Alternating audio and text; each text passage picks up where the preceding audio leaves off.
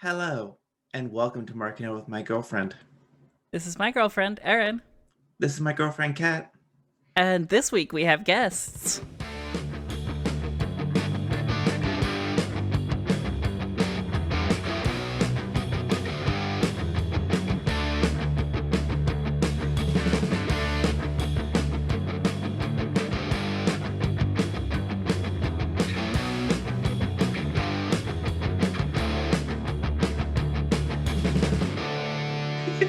So, welcome everyone. I'd like to give our guests an opportunity to introduce themselves. Hello, my name is Charlie. I use they them pronouns, and I'm not gonna posit myself as a Kenny Omega super fan because that's just no. But I do have a podcast with my partner called Match Club, and Mikey can introduce himself now.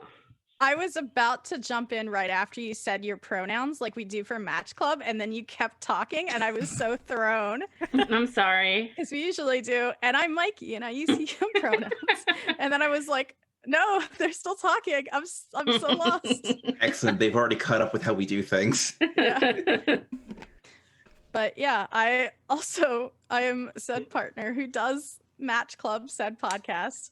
And I also do some other things like tabletop game design and writing sometimes, and graphic design other times. Mm-hmm. And we'll give you an opportunity at the end of the show to do like official plugs, or you can be like, Yeah. go to XYZ at itch.io, or, those various things. Mostly because I also want to plug the fact that one of my games is on sale right now. Oh, hell yeah. I mean, yeah. This is actually not a wrestling podcast. This is a tangent podcast. We just frame it around wrestling. It's framed around wrestling, but it's predominantly us going on tangents. At one point, I talked specifically about there was that time that I talked about like New Jersey stuff for a solid 30 minutes. How you in the knew middle. the guy in the back alley who sold the VHS. Right, the guy who sold bootlegs. the bootleg DVDs. Oh, thank you for Quantum ... Oh, thank you. shooting at yeah, sorry, it's not the same as my Twitch or my Proper ties. There you go. yeah, unfortunately I was a fool when I first joined Twitter in 2008, 2009, 2008. I had Quantum Dot, and then because it was very trendy at the time to change your username around a bunch, I changed it to a Half-Life themed username, and I didn't think about the fact that people would take my old username and that I might want it back at some point. So then someone stole it and left Twitter on 2011, which honestly, big ups to them for doing so and getting off before, while they still could. But now I had to be Quantum ... when I tried to rebrand and make everything the same and not have my Twitter be like Hulkling or, whatever. Because I wanted to have I wanted it to be me then, instead of represent being based on I wanted it to be my own identity versus the identity of whatever transient fandom I was in at the time. Yeah, no, I got you. Oh, transient fandoms. Sometimes they rear up and I remember that I cared about Supernatural. What a few couple of weeks to remember that. Oh my god, yeah, these last couple you heard of about weeks. The Spanish thing? Yes, I've been following the whole It feels like for the first time in years that Tumblr is back to 2012 level Tumblr, because everything is supernatural. There's a lot of pictures of Misha Collins that I have to scroll past, and everyone's upset. It's perfectly 2012 Tumblr. Oh my god, and everyone's upset. There you go. That's it.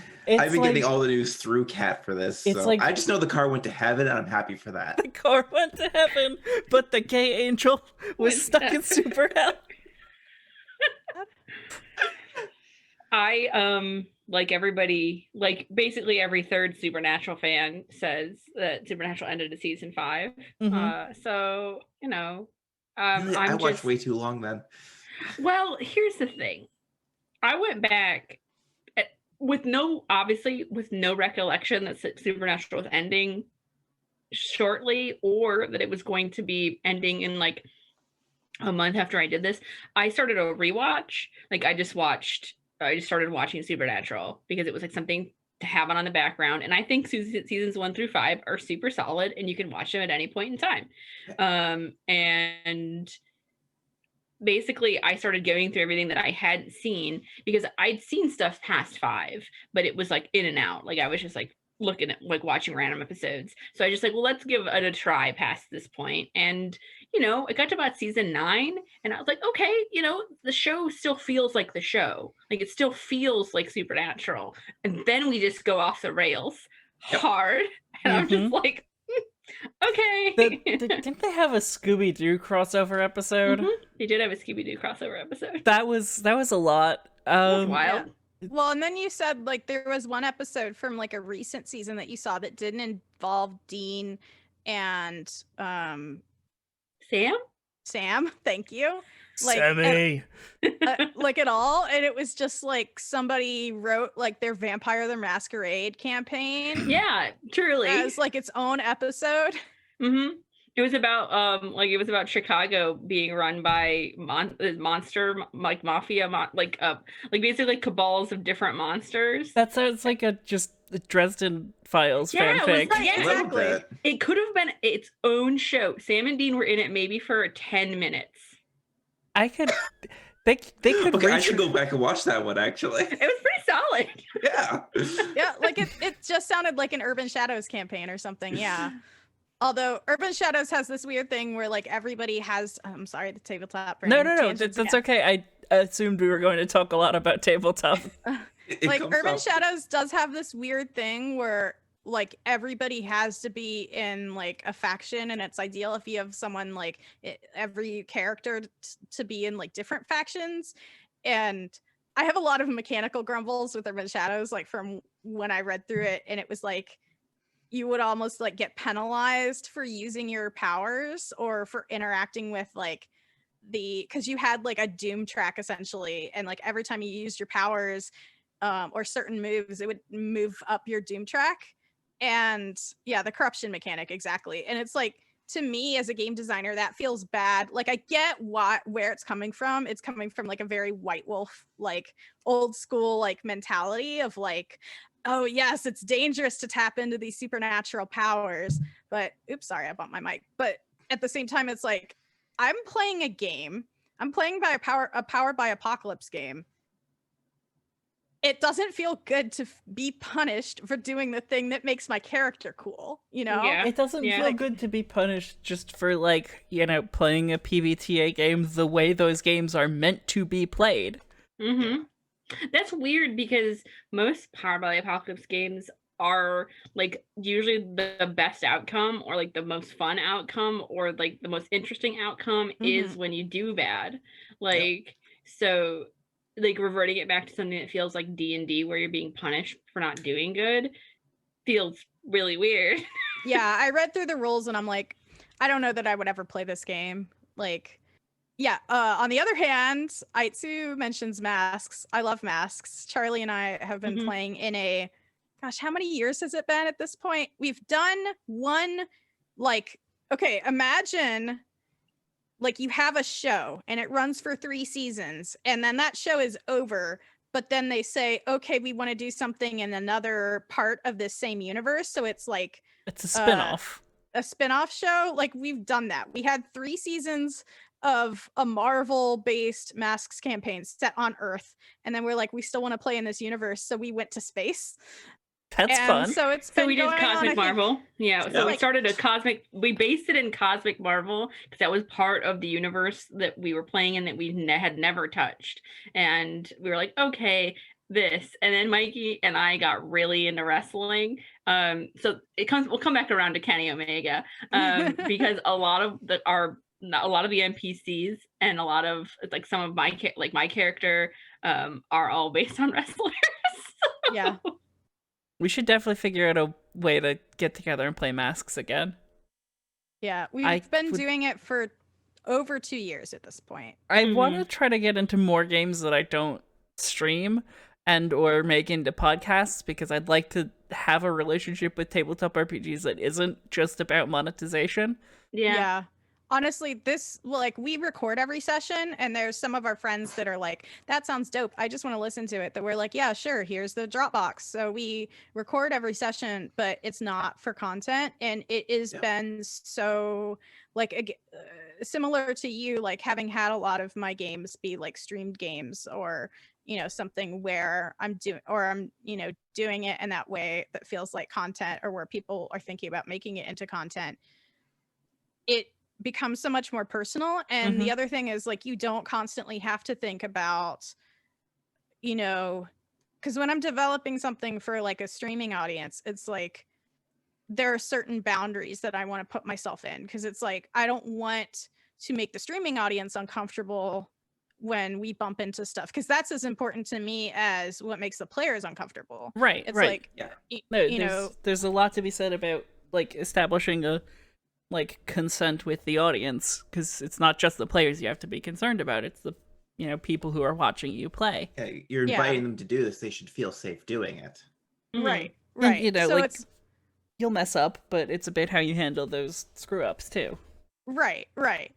And I think that's like the thing that people don't think about with that, because it's like, when I'm at a group with like 4 friends, we know that if I'm exploring like the nature of like colonialism or something, like we're all doing it in a responsible way, but someone tuning into a podcast for like 1 episode might not necessarily understand like what we're doing there. Or like if I have a trans mask character that's a villain, because I also have other trans mask characters that aren't, but they just see that episode that the trans mask character is the villain, then it's like that.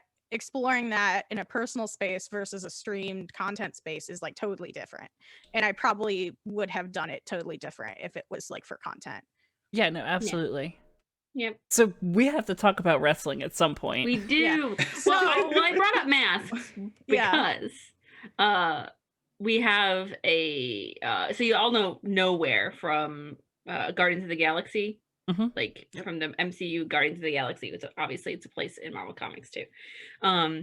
We have we had like a wrestling like a federation set up on Nowhere. And there's a lot of wrestling there's like a couple wrestling federations in the galaxy.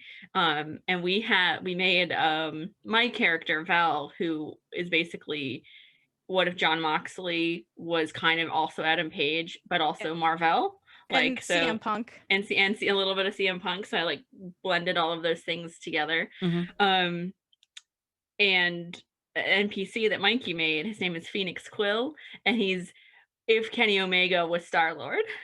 That's amazing. Yeah, so instead of Peter Quill, he's Phoenix Quill.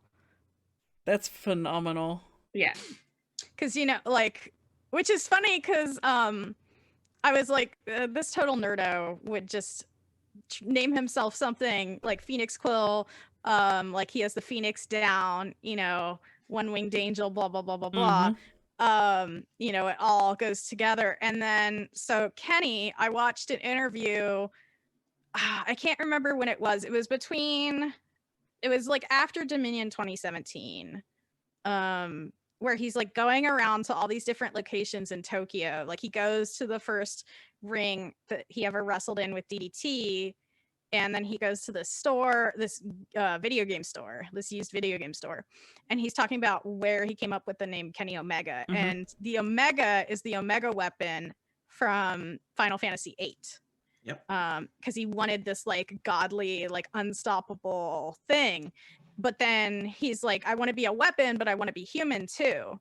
So what's like a good name? And like he didn't like his real name, his shoot name, Tyson, because people used to make fun of him with Mike Tyson. And also he's just like, it just doesn't sound tough. So like, and it doesn't sound like Tyson Omega. Like, I guess that could, but I wanted to have something that wasn't my real name. So what could it be? And then he was just like trying out different names to see how they sounded. And he liked the way Kenny Omega sounded together. It's good. Like it wasn't I thought maybe it would be like Ken from, like Street Fighter or one of the fighting games. I can't remember. That's what I would assume. But I don't think it was. I think it was just like, what name sounds good and cool. I mean, it's good. Yeah, it's a good name. I mean, but like, that's how I picked really my name. I just went with what sounds good and cool. Yeah. That's not how I picked mine. Charlie named me, so like Charlie just came up with a nickname and it stuck. So that's just the way things go sometimes. Yeah. I mean, Phoenix Quill is perhaps a more Kenny Omega name than Kenny Omega. It is a little bit. So Phoenix Quill is on Nowhere with the young bots who are robots. You know how the Destiny robots are? It's like that, or the Simpson Destiny, whatever they're called. It's like that, but there's some art of that someone drew, like one of the synthetics from Destiny in like workout gear, and I saw that and I'm like, yes, that's it. That's it. That's these characters. Yeah, so they are the Starlight Elite. So yeah. And it's good for wrestlers because then in Destiny, like anytime the body goes away, like they back up the core. And like that was kind of my thought, was like they can just wrestle however they want to wrestle. And then like, so it's M4 and N1. Mm-hmm. Yeah, so it's good. It's been one of my favorite creations that Mikey has ever made. It's very good. Yeah, and then if you know Carolina Dean from Runaways, the sparkly lesbian, I think is how she identifies. She's a lesbian, yeah. Yeah, I had to think for a second because comic books, but she turns into like sparkly rainbows and stuff. Kota Ibushi is one of those kinds of aliens. That's amazing. Yeah. So he's literally, a glowy rainbow. Kota Ibushi, Himbo Extreme. Yeah, exactly. Okay, I want to, you know how Kota's talked about how he lives like the 25-hour days? What if Kota just has non-24 and like doesn't know about non-24? What is non-24? So it's where your sleep cycle and your like mental schedule and everything like that, it's a condition where basically you live on 25 to 27 hour days. It sounds like it. But like you don't actually, obviously, like, so like, your whole circadian rhythm and everything like that is set up for a day that's longer than what the actual day is. So like maybe honestly, he's just gotten on 24. I don't like to like diagnose celebrities or something like that, because like I know some people do that and it's really gross. But however, it sounds almost like that is a distinct possibility. Yeah, because he said he's been doing it since high school, and he's like 35 or something, right? Certainly I'm not trying to like give him an official diagnosis, or just it's one of those like hey, that sounds like you might have non-24. Well, and I know like the 25-hour sleep cycle thing, a lot of people learned about that because of XKCD. And hey, I don't think Kota Ibushi reads webcomics. I don't think he reads much, and that's not saying he's dumb. He's just he's not working out or eating, so he doesn't do it. Right. Yeah. He lives on a different plane. He it's vibrates. It's one of three things. Okay, it's either Kota Ibushi is non-24, Kota Ibushi's not from our universe, or Kota Ibushi has been taking the Kenny Omega V-Trigger pre-workout before any of us have got it. I would believe any of those. So what was the thing that I said I would bring up once we were on the podcast, actually? I'm trying to remember. We've talked about so many things. Yeah. Oh, okay. It was a Kenny Omega specific thing. Okay, so for those of you not in the know, we're just gonna give the quick clarification. Kenny Omega did an ARG leading up to the release of a pre-workout supplement and t-shirt, where you get like the combo of the t-shirt and the pre-workout, but like one in every 200 of the t-shirts. I think it's the t-shirts. There's 5,000 bundles, 250 of them randomly ordered. Like it's like a lottery. Right. 250 of those randomly ordered will be signed. It's the canister will be signed, not the t-shirt.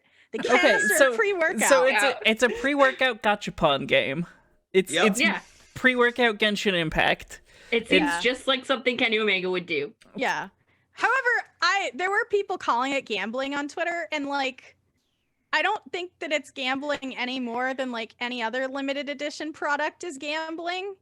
It's called those people just don't know anything about anything. Yeah, it's not gambling. It's not a pyramid scheme. He's not selling you Cutco knives and wanting you to sell Cutco knives for him. He's not saying there's not enough. Like if it was a pyramid scheme, it would not be limited to 5,000. I can guarantee you that. Right, like the point pyramid of schemes work. The way that pyramid schemes work are that like person says to person A and B, if you sell this product for me, you'll make X percentage of the sales. I'll make, Y percentage, and then those people can recruit other people. So it's like you have different tiers of like people who are basically just, you make money by recruiting other people. It's like a cult. It's like a cult. It's a cult. It's cult X trickle down economics. Yeah. Not even a cool cult. Yeah. No, it's like you have the Dark Order. Yeah, you have to join a Mary Kay cult. Yeah, a Mary Kay or knives or jewelry, like cheap jewelry is another big one. Jewelry, essential oils, knives. Essential oils. Yeah, essential oils. Really low quality sex toys. Mm-hmm. Oh yeah, for like housewives. Yeah, that's been a whole thing. If anyone can remember the thing that I was going to say at the beginning, that would be great. We'll probably come back around. Yeah, we'll probably come back. But this leads me to we'll come to it at some point. But what did you guys think about Dynamite from Wednesday? Do we need to explain who Kenny Omega is? Do we? Yeah, we talk about Kenny Omega. Like, so let's do like a quick primer for the audience. Just I know we've talked about Kenny Omega a lot on the show before, but let's do a quick primer because there may be new listeners or whatever. Okay, so the person we're talking about, Kenny Omega, is a wrestler currently signed with AEW, who basically is the face of non-WWE wrestling to a degree. Like, he's the guy who has, never signed with WWE, never wrestled in a WWE ring, and just like made himself famous. Okay, that doesn't count. I'm not gonna count Deep South, Mikey. Deep South doesn't count. He was in an early WWE developmental territory for like all of 5 seconds. Yeah, and that doesn't count. Hated it, yeah. Like that didn't grow. Like that wasn't part of his growth trajectory, It only happened because he thought the recruiter that was going to be there was going to be for NJPW, but the NJPW recruiter did not show. Yeah. So yeah, Deep South aside, Kenny Omega is like the face of what one would consider like non-traditional roots to wrestling stardom, and is also very, very good at what he does, despite not watching any wrestling. Well, he used to. He used to. He's gone on record recently saying he just doesn't watch it anymore. Yeah. He's not a wrestling fan. He stopped at like WrestleMania 12 or something. Yeah. Yeah, because he was watching esports instead, and people were like, "Oh, that's very rude of you to ignore the Undertaker retiring after 30 years to watch esports, and like no respect for the Undertaker." And he's like, I haven't watched They're like, "Don't you talk about watching WWE?" And he's like, "Yeah, like WWE, like 1995, 1997, when it was fun." Yeah, like it's so much of a thing. But yeah, Kenny's very much a person who cares about like wrestling being entertaining to people who aren't wrestling fans, right? Which really makes him the wrestler he is, and makes him a incredible storyteller, and the fact that he looks at other media to tell those stories, because I mean, and it makes sense, and I see it every day. I see it every week. I watch Dynamite, where people who are traditional wrestling fans can't seem to grasp the storytelling that happens on every other type of media. They can't seem to just get that it's also happening in wrestling, because they just want to go back to the same old. This is a good guy, this is a bad guy, they're going to fight now. Like, like, I get that shades of gray don't work for everyone, especially if it's not executed well. Right. But Kenny is taking you on he's like walking you through his career that you didn't see. Yeah, and that's not to say like Kenny's doing something like unique that's not found anywhere else in wrestling. Although I do think he puts his own unique spin on it. Like there are other people that tell these similar kinds of stories, but I feel like Kenny is very pointed about the fact that he is not like a wrestler who is not a wrestling fan. Like he got into watching those early WWE. I actually like read a interview yesterday. Like his dad would tape Saturday's Main Event with Vince McMahon, and like that it would be on too late, so they'd watch it like Saturday mornings, like Saturday morning cartoons. And it was more like less that it was like the like wrestling necessarily, and more that it was like the stories and the drama. Because one thing, we all know how bad Vince McMahon is. I feel like everybody's heard that, right? But the one, like Vince McMahon in ring is one of Kenny's favorite wrestlers because like he wasn't a wrestler. Like he was this like antagonistic villain who just always had this smarmy grin and was just the absolute shittiest person and would just kind of terrorize the other wrestlers. It turns out that was kind of a shoot, but right, exactly. We didn't know that before. Yeah, but at the time, you know, it was just like, oh, this is a really interesting story. And, you know, so his whole thing is he wants to use wrestling to bring in anime fans, to bring in like soap opera fans, to bring in, you know, like, movie and comic book fans, and show them that like, because his hope is like, he said, you know, like I have a lot of friends that do matches that I could not show them those matches and have like to my non-wrestling fans and have them be like interested, right? Like you couldn't show them just like anything on WWE and get them invested. Like if you went and showed them like whatever the hell, I don't know. Whatever, like, let's just say a tables, ladders, and chairs match for the Intercontinental title. Yeah. Like, or like 90% of even the Roman Reigns match at Survivor Series. Like I don't think. Oh boy, you would have fallen. That is not for people that are just gonna. Yeah, but that was like wrestling. The main event, right? Right. Like, I know, but I'm just saying. If you went and show that to someone that wasn't a wrestling fan, they would fall asleep because there's no like interest in it. There's no intrigue in it, and I think like him and AEW as a whole. Like, yes, they've made some very big mistakes. Like they continue to make big mistakes. They're not perfect, but trying to think about like, how can we book this like a TV show? How can we get people invested and get people interested? I think. And part of that, I think, is what Kenny Omega does very well. Yeah. It's that taking the little bits of subtle storytelling, like, and this is partly because he has complete control over his character now. You know, like it's the sort of thing you couldn't ever accomplish in WWE because all of your character's decisions go through one guy. That guy being Vince McMahon, and Vince McMahon being notoriously terrible at making those decisions.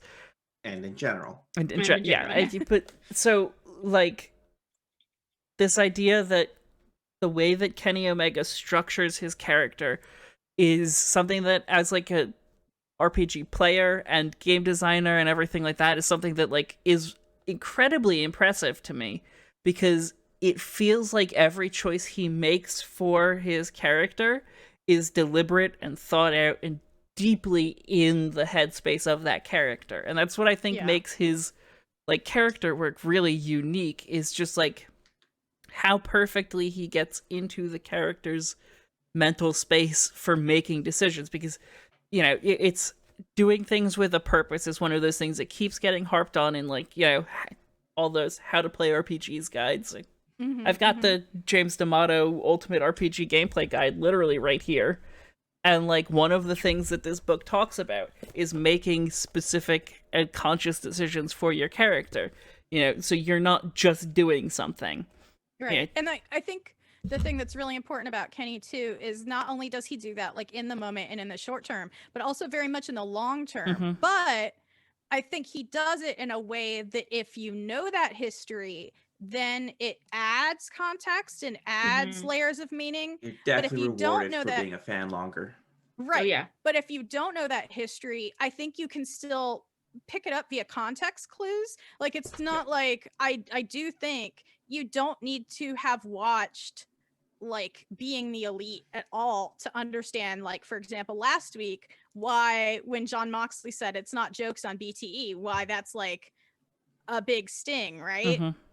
Like, okay, so like, the perfect example of that like just consistently blows my mind as like one of probably the single best moment of wrestling from the 2020 pre-COVID era, because you have to separate those two. I think I know what you're gonna say. I think I know. I agree 100%. It's when he kicks out at 1 after the golden trigger. Yep. Like, it's incredibly excitingly hype moment, regardless of understanding the context of what the golden trigger is, what that move means to Kenny Omega. you're talking about at Revolution, right? Yeah. Yes. Yeah. Yeah, like just watching it, you can see he kicked out of this big move at 1. That's impressive. That's exciting. If you know that was the Golden Lovers finisher, you get pissed at the Young Bucks now. Yeah, you're mad at Matt and Nick, and you're mad at Matt and Nick not just because they did it, but because they know, like, they know what it means to Kenny. They know what they did. Yeah, well, like they did it to hurt him emotionally. Yeah. I knew that history. The Golden Trigger thing definitely pissed me off. But there was like a pop-up power bomb too that was reminiscent of a spot with Coda and him. And that I didn't know, but then learning it afterwards, and that's also what I think is so interesting, is having my good friend Allie Bustion, Mad Perot on Twitter, who also got me into wrestling via the Golden Lovers and Kenny Omega, said something the other day when we were playing Apex Legends, that she was like, in 100 years, they're going to explicate wrestling the same way people explicate Shakespeare in literary classes. And I think it's very true, because like we're doing that today. Like that's what these tweets are, right? Is like everyone explaining the layers of meaning for people that don't have that history. Like that's a literary, I mean, Charlie, you as a lit person could speak to that more than me. But like, isn't that like explicating a work? Yeah, that's, I mean, exactly what you do. Like every time I sit down and I think about what's going on in the story right now, I'm thinking about just pulling apart layers of things that you can take from context, and you can pull them out and see them, and then you can see them individually as a moment. And like the biggest thing about literature is, obviously, when you critique it or you explicate it, if you can find it in the text, or like in like what you're reading, like it's there. And the fact that Kenny juggles all these balls and knows that is so impressive, because like, especially what's happening now in the story and what started happening right when FTR showed up in AEW, you can make direct connections. And I've talked about this before, about how Kenny,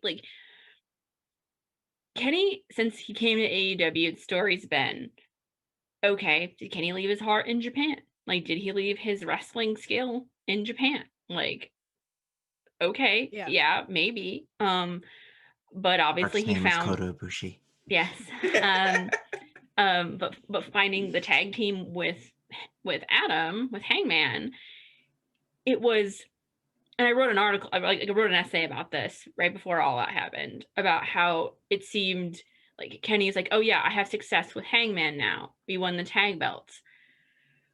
Okay, like at first I thought about, before I started thinking about it, I was like, okay, that's probably, that's like they had a little bit of camaraderie, they won the tag belts. But also thinking about it, like Kenny was on a losing streak singles. He got with Adam, he started winning. He was using Adam, even though Adam was self-destructing, and Kenny didn't really know what to do with that. So he was like, okay. And Matt and Nick, the Young Bucks, they've been taking care of Kenny Omega for God knows how long. And, that whole thing got really mess up. I remember a Dynamite when Adam, like Hangman, grabbed one of Kenny's arms and Matt grabbed the other, and they both pulled him. And I was like, oh, what's going on here? And things seemed really peachy, like, as we went forward. Like, obviously that, like, we all needed the Stadium Stampede. Like, it was there to give us like a soothing bath in 2020. Yes. So we had that really great moment with like Adam and Kenny finally sharing a drink together, like, and becoming this like unit, this actual tag team. And then when FTR showed up and started pulling Hangman away from Kenny, just kind of like Coda started being pulled away from Kenny in the Golden Lovers. Kenny just starts self-destructing. Like, he starts like crumpling in on himself, and he never cared. Tension there too when they shared that drink. You're like, how long can this last? Like, is this forever? Like, and that tension is like also the really interesting thing, like the push-pull of these relationships. Because like it's one of those things where it's not forever. It can't be. Because nothing in wrestling is forever. Like, that's the thing. And I think, like, I joke about there being this Venn diagram between like wrestling, soap operas, and comic books. Yep. And I really do think like they're all, and like to a certain extent, like horror movies too, because I do think wrestling and horror are both body genres, like literally. But it's, you know, like these constant, because soap operas, you know, one of the biggest ones in the US, like The Young and the Restless, like Victor and Nikki, who are like the power couple. Victor's like this crime boss that also owns like a multinational corporation, but he also, like, you know, secretly does these bad dealings. And Nikki was an escort who he then married and, you know, became kind of his heir apparent. And so they're like in their 50s now, but they're constantly like going in these cycles of, you know, being together, being apart. You know, Victor is this very noble man. He's like very much like a heel, but a tweener heel. Like, he's this noble man that has, you know, these really strong beliefs, and he cares about people very strongly, but he's also a deeply evil man. And not to put it in terms of the bad RPG, but you know, like kind of lawful evil. He follows a code. Yeah. He has his, or like his code applies to his family and his loved ones. Like, if you're part of his heart, like, you are okay, but he will stop at nothing to take things from people that are not part of that structure. And, you know, like, there's like this similar cyclical relationship with like one of the big things in comic books for the longest time, you know, Matt Murdock and Karen, and then to a certain extent also like Foggy Nelson. And then, you know, everyone knows Captain America and Bucky Barnes, you know. Now, like, you saying that is actually kind of interesting, because it kind of reminds me of the Bullet Club feud.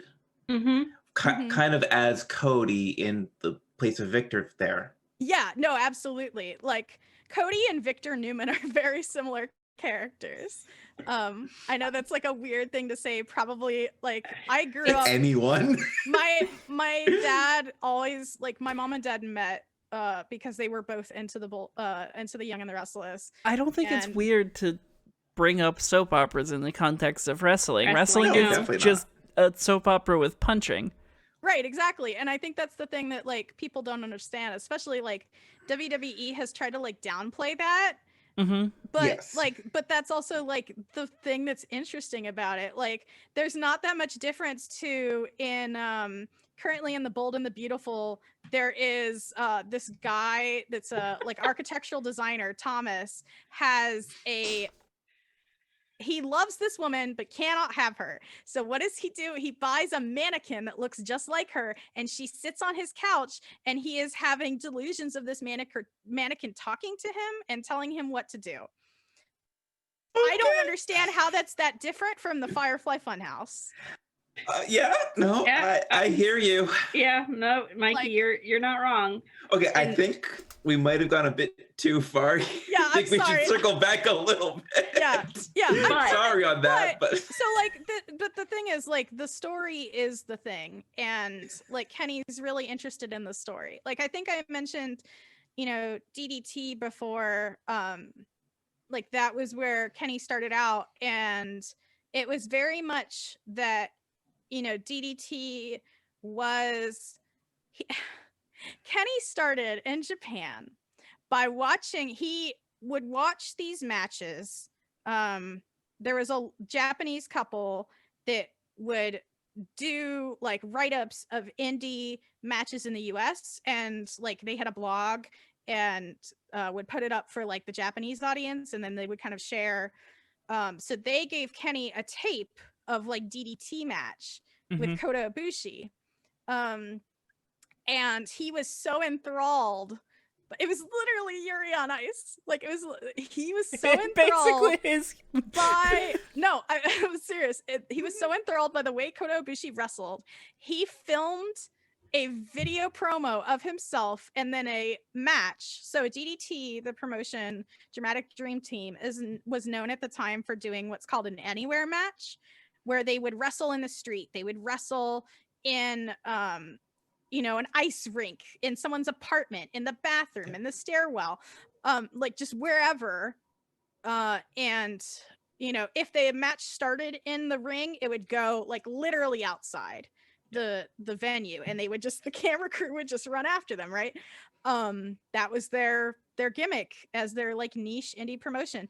So Kenny, and some of the clips out there are amazing that you can find from it. They are amazing. So Kenny got someone to film him and a like friend in Winnipeg doing an anywhere match. Like, they go from, he declares like the match at the guy's house, and they go outside. He does like a moonsault off a tree.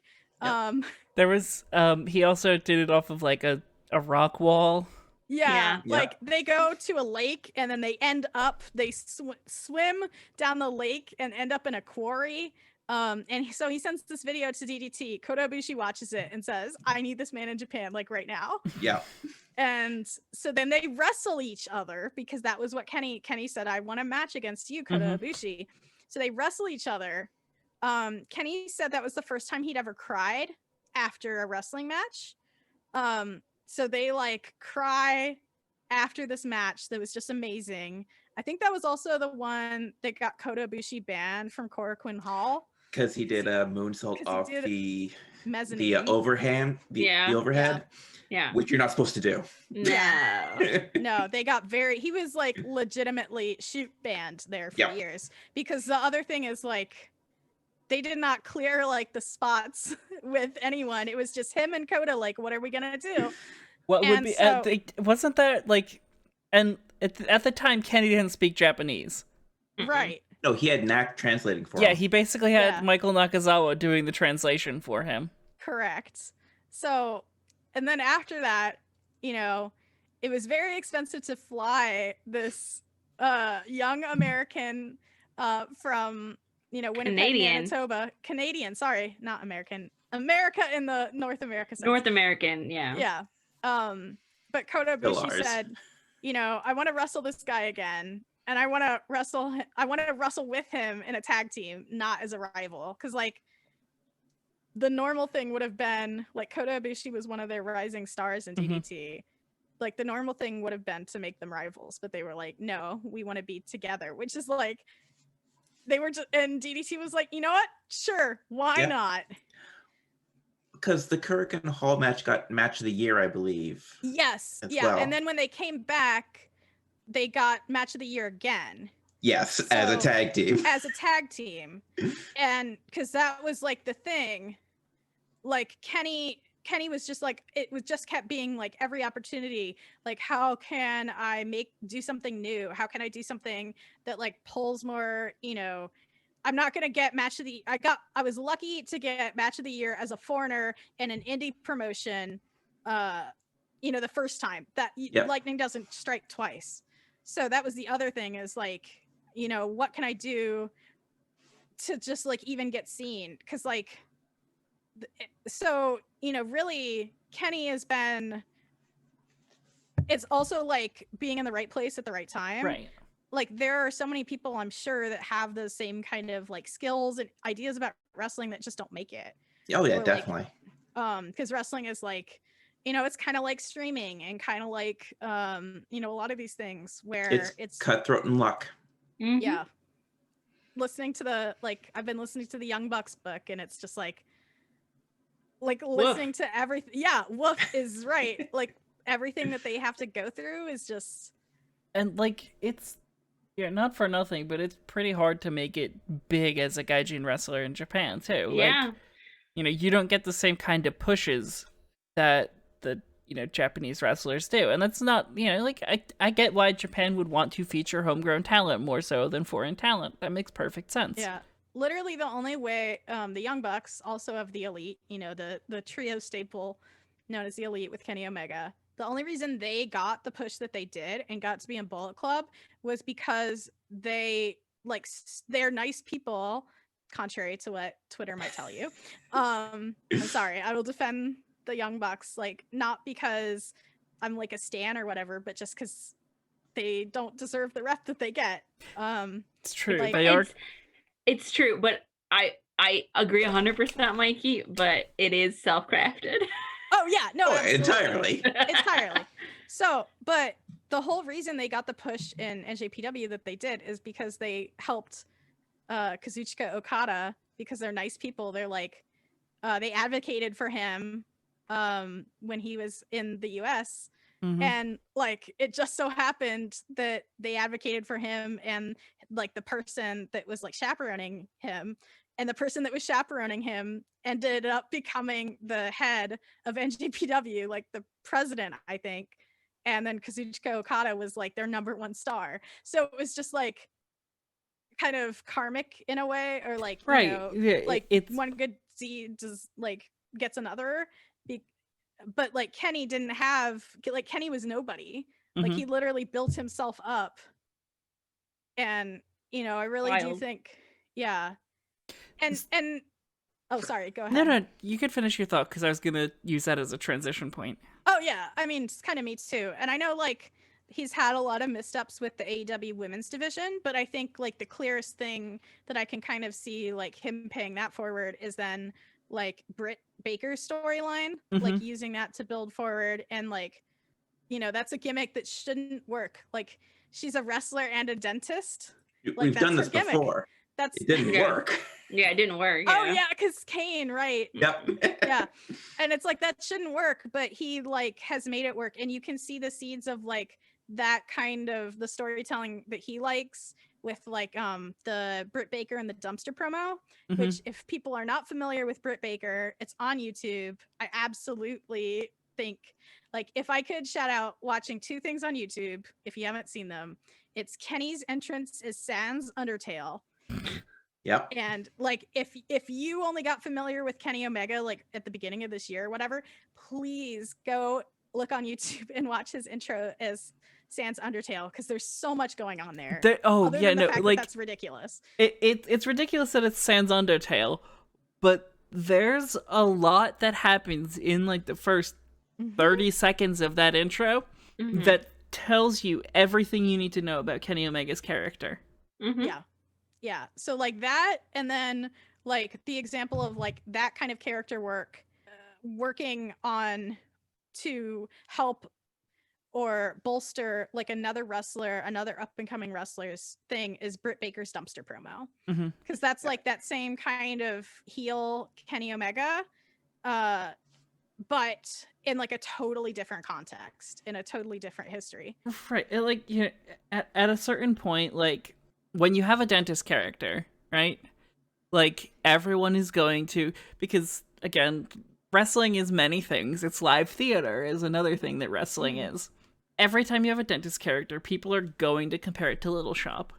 Sure. And Yeah. you can't escape that comparison, because the dentist is such a fundamental character in Little Shop that, like, you know, the way that they've worked Britt Baker has played into like a lot of the elements of the dentist without being like a pure, like, you know, reshoot of Little Shop, you know, Britt Baker is emotionally abusive to Reba instead of physically abusive. You know, Yeah, it works. like you can like that's one of the things where you can just feel Kenny's fingerprints all over it. Yeah. And you know, getting to kind of like what's happening like now, I don't think, and well, it's happened before. So it's funny because every time, so Kenny's big gimmick in New Japan Pro Wrestling was the cleaner, which is a completely, like, if you had to explain it to somebody, they'd be like, "Excuse me." I mean, that was kind of what happened when he tried to do it too. Well, Correct. like originally the cleaner was partly based on Wesker from like Resident Evil. Evil, It was yes. supposed or like Hitman from Hitman. It was supposed to be like, you know, Yeah, he the comes guy- in and cleans up the division. Your murders, your like your Yeah. he's the guy that he's like the guy that comes and like cleans up.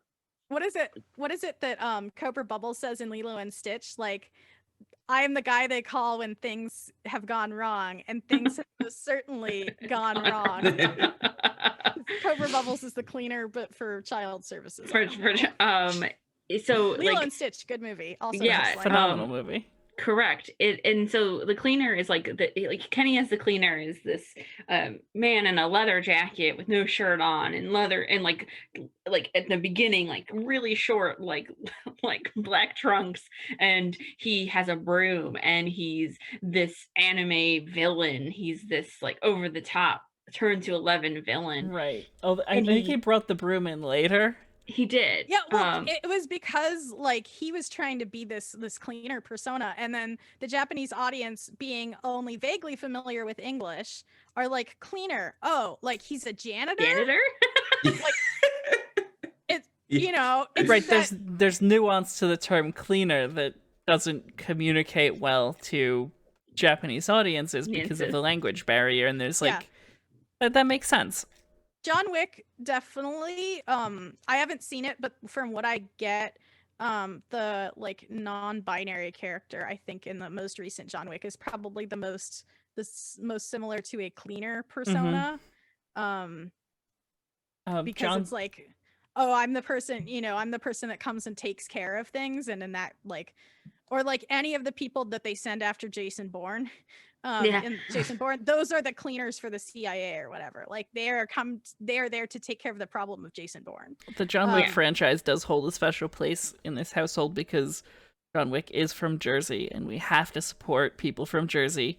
It's one of our rules as a state. Fair. You have to support still someone need if to they're from watch- Jersey. I've That's only very seen fair. the second half of the first movie. I need to go watch it. It's just like, Time. What is time? yeah, what is time? But Yeah. yeah. So Kenny's this cleaner character, and I always talk about how interesting I think Bullet Club is as a faction, because it's got this very structured hierarchy. There is the leader of the Bullet Club, and then there is everybody underneath, but they also have this like ranking system, like this They're pecking heavyweight. order. Yeah. They just it's like there's a hierarchy There's the there. alpha, beta, and omegas. Well, yes, That works. Not wrong. that works. So it's always really fascinating to me that Kenny's part of the Bullet Club as the junior heavyweight guy, Yeah. and Yep. he's the cleaner, and then he stages a coup.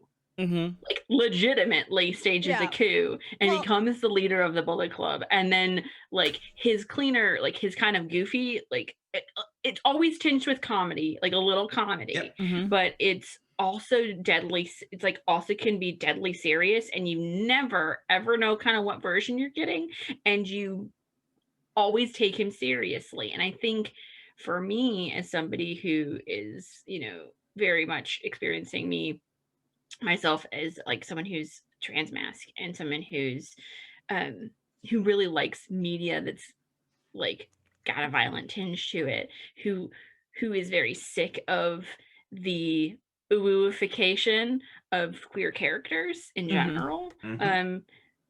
Kenny holds a really special place for me because he is this character that, I mean, whether or not Tyson Smith is bi, doesn't matter. Kenny Omega is. Yep. Like, Right. but he's this character that is queer, but also, like, you never don't take him seriously.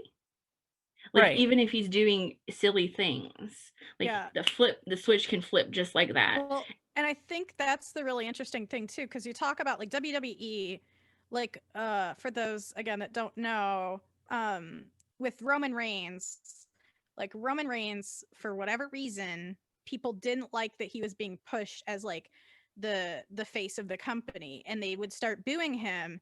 And so what does WWE do? They like cut the audience feed and they insert canned applause, like to force him to be like a face character, because they're so against the idea that one of their faces could be booed or like one of their heels could be cheered. Like that is unacceptable to them, so instead they will force it, whereas NJPW has a much more flexible like outlook on things. And not only Right. that, like the wrestlers in NJPW traditionally, actually, like until Bullet Club and until Okada, didn't have gimmicks. Like they were just wrestlers that Right. had personalities, but they 'Cause- didn't have like any special thing. NJPW has always tried to position itself primarily as a sport. Yeah, it's the King they're of, the king of sports. The king of sports. King Like, of sports. What's there you go. Yeah, what's important is like the fighting spirit. So Kenny Omega got to do, like, they gave him this idea, like, you're kind of this guy that's coming in and cleaning things up. So he like went with his idea of it. And when people started misunderstanding what that was, rather than say, no, I'm going to force them to understand, like Kenny is like a big, like he came from DDT. He came from this ridiculous comedy wrestling. It's like, what am I going to do instead? I'm going to make them fear me with brooms and trash cans. Like, you know, and that speaks to where NJPW was at that time. And also like the flexibility that they afforded, like, especially this idea of people having gimmicks. And, you know, Kenny's just like, I can tell like, tell me to be like, I fully believe that if NJPW was like, we want you to come in and clown makeup and you're going to be a clown, like Kenny would make that work. You know, like he might not be too happy, but I think he could make it work. And so it's like, okay, I'm going to tell the stories I want to tell under like this frame of reference that you give me. And like, that's kind of what he did with the cleaner. Now, also to go back to like a lot of the nuance that he does in his characters as well is for like foreigners in New Japan or Japan in general. They are usually heels. They'll come out and do promos in English. The crowd has no idea what they're saying usually. But Kenny Omega is fluent in Japanese. So he would actually go out like later on in his career and halfway through break into Japanese just to taunt them a bit and then go back. Right. And like the big thing that he did that we actually recently covered in Match Club, you know, not to toot our own horn, but the first time he did that was explicitly to taunt Okada. Yes. And to taunt the Japanese audience who, you know, have started to cheer him on. And he's like, but I know you don't understand what I'm saying. And then he says that again in Japanese. And then what he says in Japanese is like, cheer me if you can. I don't care. Like, I don't care if you cheer me. I don't care if you hate me. I don't care if you love me. Like, and just like the funny thing is the audience is just in stitches. Like they're laughing so hard at this because like they're in on the joke, right? But, you know, it's like he finally had gotten to the point where, because he, you know, he says, I know you don't understand what I'm saying. And then he says, Okada. And then he calls Okada out, which is like, you know, because the thing is Okada speaks English, but not very well. So then it's like directly connecting and like using that, I think is so interesting.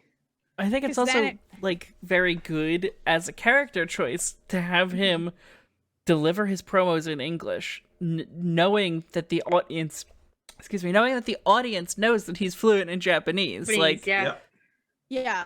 I'm choosing to continue to give these promos in English because fuck you. Yeah. It's a completely conscious choice. Yeah. Well, yeah. And I think some of it was NJPW being like, because then the really interesting thing is then they give this conference after he gets the IWGP briefcase, which is like #1 contender, similar to briefcase in WWE. And then the reporters are asking questions. He doesn't wait for the translator. He immediately will answer their questions in English and then let the translator translate his responses. And then when the translator doesn't do it correctly, like he says something and the translator's like, blah, blah, blah, blah, blah. And he's like, Kenny's like, no, best about the machine. And the translator's like, gives an abbreviated version. He's like, no, best about the machine. And then the translator's like, best about the machine.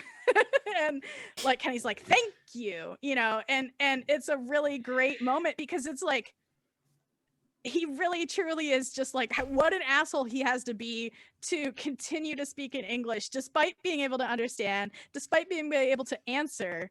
He just refuses to do so. Yep. And then the moment when that changes is when Kota Ibushi comes back.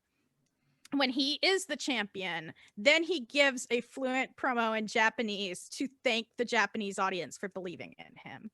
And I think it's on like NJPW's YouTube as like Kenny Omega gives the true promo of a champion or something like that. And, he's crying, the audience is cheering for him. And it's like that moment is won because of the progression of doing something so simple as what language are you answering questions and doing promos in? Because like you go from being that heel to doing it in a genuine fashion. Well, I have a question for the panel, because Mike and I have talked about this a couple times, and I think what Kenny is doing now distinctly is a parody of the Cleaner. It's not the Cleaner. It's not. Do you think the Cleaner, do you think New Japan Cleaner Kenny is something that an American audience would understand? Like as a gimmick? I don't, because there are less barriers between him and the audience. And the audience that AEW has cultivated at least considers it a bit smarter than the New Japan audience could have been about Kenny then. Yeah. That part of that comes down to, again, the nuance of translated language, and not to be the Wittgenstein of this conversation, but at a certain point, translated language breaks down because you lose a lot of the nuance and the subtleties to it. It's why, when you translate literature, it's so difficult to get a proper translation that captures nuance. That's why all of those different translations of Beowulf have different feelings. I mean, hell, even the Bible, right? Yep. Like King James is going to be different from New International. Whatever, but the Bible, whatever. So, fun fact: the reason that the King James Bible even exists is because it was King James bought himself time with his gay lover in order. So it's I'll write this Bible if you just let me have my boyfriend. And they were all right, incredible. whatever. Okay, we'll do it. And what's really interesting to me about this version of Kenny that exists right now is that Mox, of all people, saw right through it. Right. And we got to see that on Wednesday, because he comes out and he says, Kenny, this isn't jokes on BTE. This isn't dancing girls with brooms. You better find the Kenny Omega everybody thinks you are, because you only got one shot. Well, and I think that speaks to what Kat and Erin were saying about the levels, but the levels between the audience and the Kenny. Sorry, the audience. The Kenny. The Kenny. I lost my train of thought there for a second. There's less. So rather than have to play through, the layers of the context of being in New Japan, being in Bullet Club, being a gaijin, being a foreigner, like rather than that, Kenny gets to play with the meta element. Right. Like Yes. he knows, like he gets to toy with you know, fans that are in the know, aka smarks or smart marks. Like That term I obviously- hate. yeah. Well, yeah, but you know, We're it is what changing it the name is. of the podcast to Smarking Out with My Girlfriend. I hate it and I quit. Goodbye. I'll just Goodbye, host it with goodbye. Erica then. Okay. Oh my god. So yeah, but you know, like he like somebody on another Discord I'm in said something like that really, like the cleaner in 2020 as he was in NJPW is a face gimmick. Like people love that character. So Mhm. what does Kenny have to do? He has to once again make us hate him, like he did in Japan by toying with Japanese. But now, rather than toying with those layers of meaning and what language he's using, he's toying with the very presentation of his character Right. and those elements that we know and love and making them detestable. Yeah. Like he's got that same, you know, outfit that he wore to all those NJPW press conferences on. He's got that attitude. He won't even give us a proper goodbye and good night. Yeah, no, he's done it like Goodbye, No, three that times. was all the- that shit. Yeah, it's like, And- you know that thing I say. Yeah, Yeah. and John Moxley comes in. He's a straight shooter. You know, he refuses to go on BT. He was on like one of the first BTs for AEW. They try to do the Shield fist bump with him. The Young Bucks do, and he goes, "Fuck you," you know, and like walks off. And so, rather than like, he's gonna cut through all that shit, all that meta shit, like a knife. And that's why he says it's not like jokes on BTE. Mhm. That's why, like, he's like, I'm not playing with this layers. You know, John Moxley is a man that's not even on the internet. He shoots the blow dart in his backyard, for Christ's sakes. Like, he's The not only putting up time with he's it. on the internet is to donate to someone's GoFundMe, accidentally Yeah. under his real name Yep. Yeah. a couple of times. Yeah, and so like he cuts right through all that bullshit, sees right through what Kenny's trying to do. And Mox gives us what we want. He gives Right. us the finger gun down the barrel. He gives us what we want. Yeah, Kenny doesn't give it to so- us. and that's like, again, that's like a really cool interplay. And going back to what you were saying at the very top of the podcast, Kat, like that's why like again, Allie Mad Pro on Twitter like is writing actually like how like she's really trying to write some different stuff of like how to use tabletop role-playing games, like why wrestling is a really like why you need to watch wrestling to do that. And it's because like those directed character decisions, like he knows exactly what he's doing Hmm. by playing with this meta layer in this way, you know, the same Yeah. way that, you know, to use a playbook in Masks, for example, like the same way like the delinquent kind of uses and abuses like influence and stuff like that, like the same way you can manipulate systems, like use Hmm. like Powered by the Apocalypse especially, like takes genre and you can manipulate and twist it to get different outcomes. And that's like something that Kenny really does too. Like he knows that his audience is genre savvy. He is genre savvy. Like he's a storyteller, and it's like, how can I twist these different little elements to tell the kind of story I want to tell? Right. And like I think at a less meta level, like just thinking about like what Kenny Omega, the character's motivations are, right? Taking aside the decision making by Tyson Smith, Mm-hmm. what Kenny Omega's decisions are as like a character, you know, why the character makes this choice. The pseudo cleaner gimmick that he's doing right now, where it's like a very over the top parody of, you know, what the cleaner was. You know, a lot of you know what he's doing now like speaks to the fact that the character is very self-conscious right now. The character And he's lost. He doesn't have like a soul. He doesn't have a Right. grounding. he's dealing with his feelings of abandonment, you know, Mhm. his in a way, like, you know, he lost the magic that he had in Japan, and you know, this is booking decision, so yeah, this is a decision that, you know, Tyson Smith has made for his character. It's not like it's a bad thing, But like this idea that losing streak that he went on, and like the way that has woven into all of his insecurities of, did I fuck up doing this? Like, you know, that I made a big mistake. Yeah. I have this golden opportunity to be the face of a brand new upstart wrestling company that is, you know, rivaling WWE. Did I fuck up doing that? Like, you know, did I make the wrong choice? And like, that's always playing in the back of the character's mind, is this like idea that I might have fucked up. Well, and that like the wild thing, like Kenny loves this long-term storytelling, like we've told.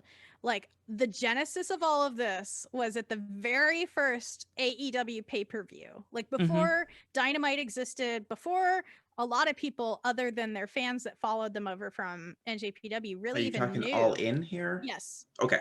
Well, Double or Nothing. Sorry, okay, so it's not the first. Okay. Like the first AEW, not the first they did. AEW not the first one, branded one. Okay. Yeah, because All In was technically its own thing. So John Moxley throws Kenny Omega off the stack of poker chips. And the poker chips that, just as an aside, was an idea that Kenny Omega had like 2 days before the show, and it cost them like multiple thousands of dollars to get those dumb poker chips. Yeah. Tony Khan like was about to strangle him, like shoot to hear Cody was gonna strangle him. Yeah, Cody too. Because Kenny's like, I got this idea for this really incredible spot, and it is an incredible spot. It's an incredible spot, but character-wise, the character of Kenny Omega, like being thrown off that and suffering that very public defeat, and then like John Moxley like disappears for an injury, you know, it's like he doesn't even get the satisfaction of having like a feud or anything like that. Right. Which is feud, which really means the feud goes on for almost a year. Yeah, and then when it comes back, what does he do? Like he has to put, you know, he has to tell himself and the audience that John isn't as great as everybody thinks he is, because unless he does that, then he's like admitting that no, he just like let himself be flipped off the back of a bunch of poker chips into this, you know. So it's like, what are you gonna do? Chain wrestle me, John? So it's this whole thing goes back to this defeat, and Kenny refuses to accept like any of the worldview shifts that should come as part of that. Right. The story of the Lights Out match is Kenny breaking. Yeah.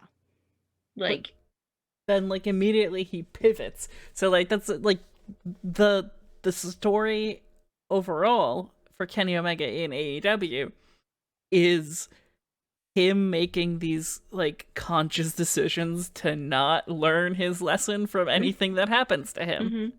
Yep. Very supernatural, really. Yeah. Wow, that's really taking it back.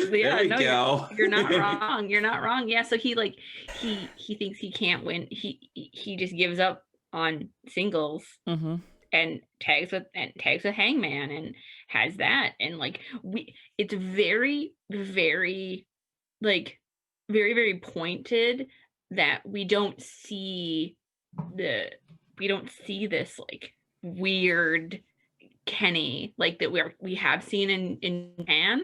Like we don't see it until Hangman starts hanging out with FTR. Right. It's very important that that's true. Because everybody went, cleaner senses went off because that match, the Elite match with the Elite versus Jurassic Express, the moment that Kenny snaps on Marco and he looks at the camera and he goes, he like kisses it, and then he just starts beating the fuck out of Marco's son. Now, to bring this kind of up to speed a little bit, we're really talking about this because of the match next Wednesday, which is Mox and Omega 2. Yeah. I'm kind of curious where everyone's sitting. Technically, the first one didn't count. It didn't exist. It if you ask Kenny Omega, we're marks, so it counts. It counts, yeah.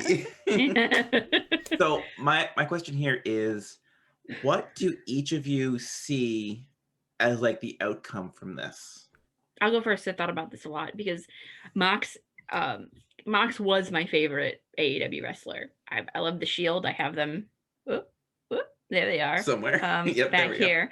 So I came in AEW because I followed Mox there.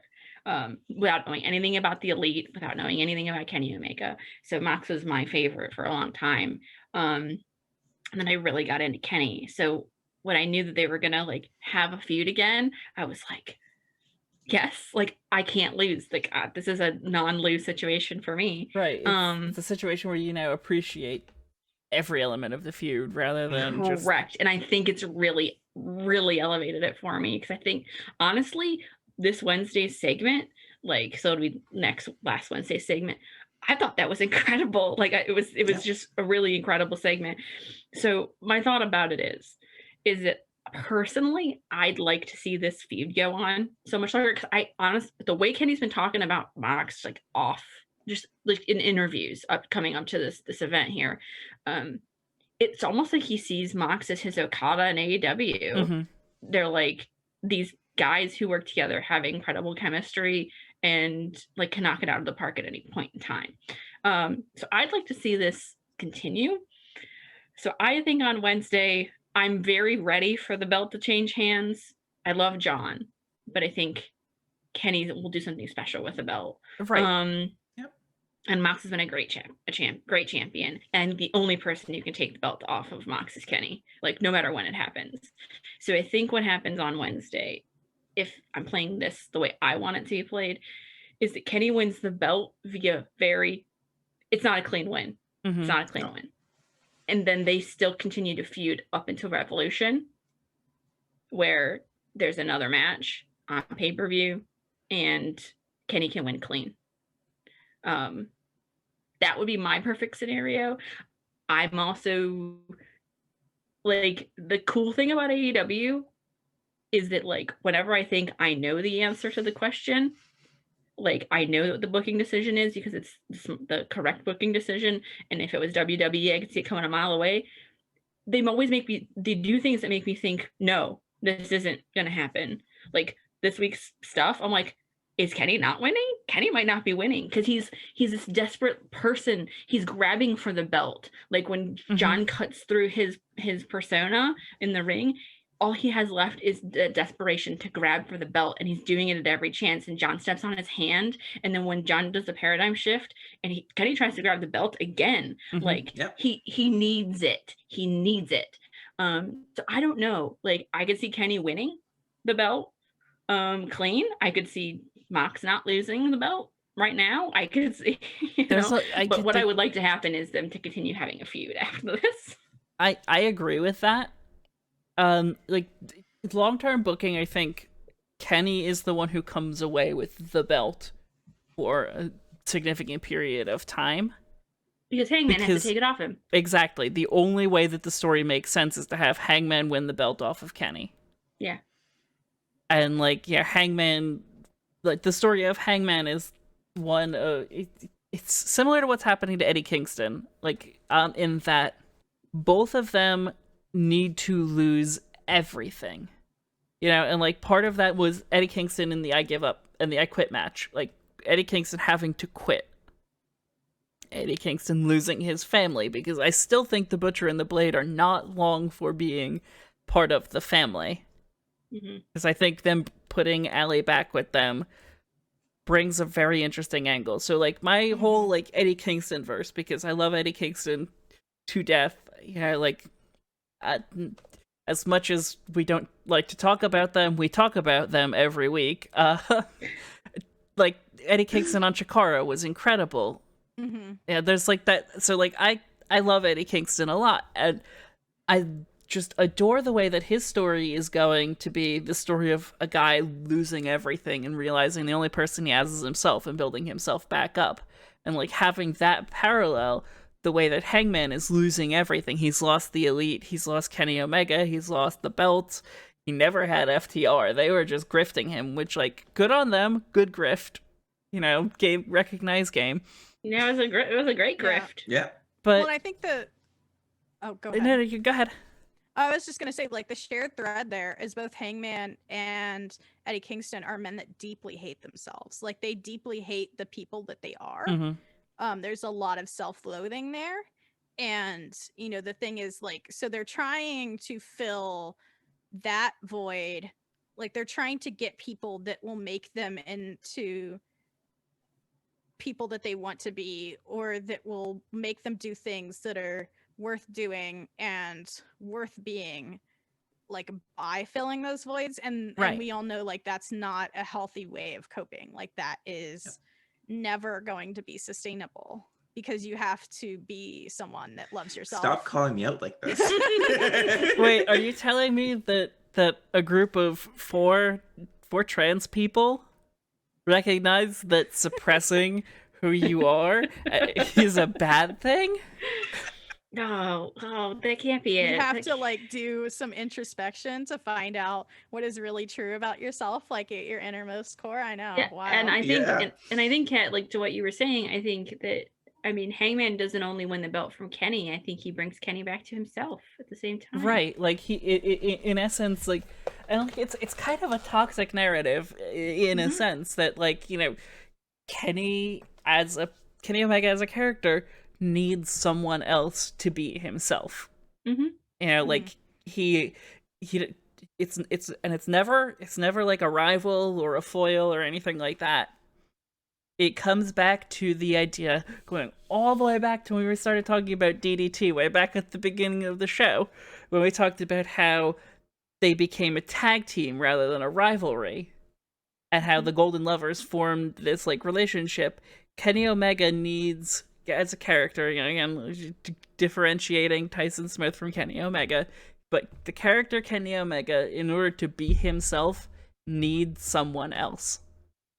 Yeah. And, like, it's that codependency that he develops. It's so, like, having Hangman bring him back into being himself by beating him is such a good representation of that weird codependency that Kenny has, that, like, builds this idea of Kenny Omega the man is not someone who is good on his own, because, you know, at his core, I think the character Kenny Omega doesn't like, Kenny Omega as fears being alone, right? Yeah. Like, he's afraid of, at the end of the day, when he is approaching the top of the mountain, that he's not going to have anyone behind him, and he won't be able to make it up to the top. And, like, he holds himself back because he doesn't have those other people with him at the moment. And, like, I don't know.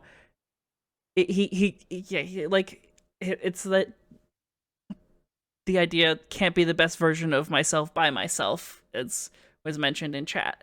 That reminds me, next episode I'll have to arrange so we can actually have chat on screen, because that'll be useful for the YouTube VOD.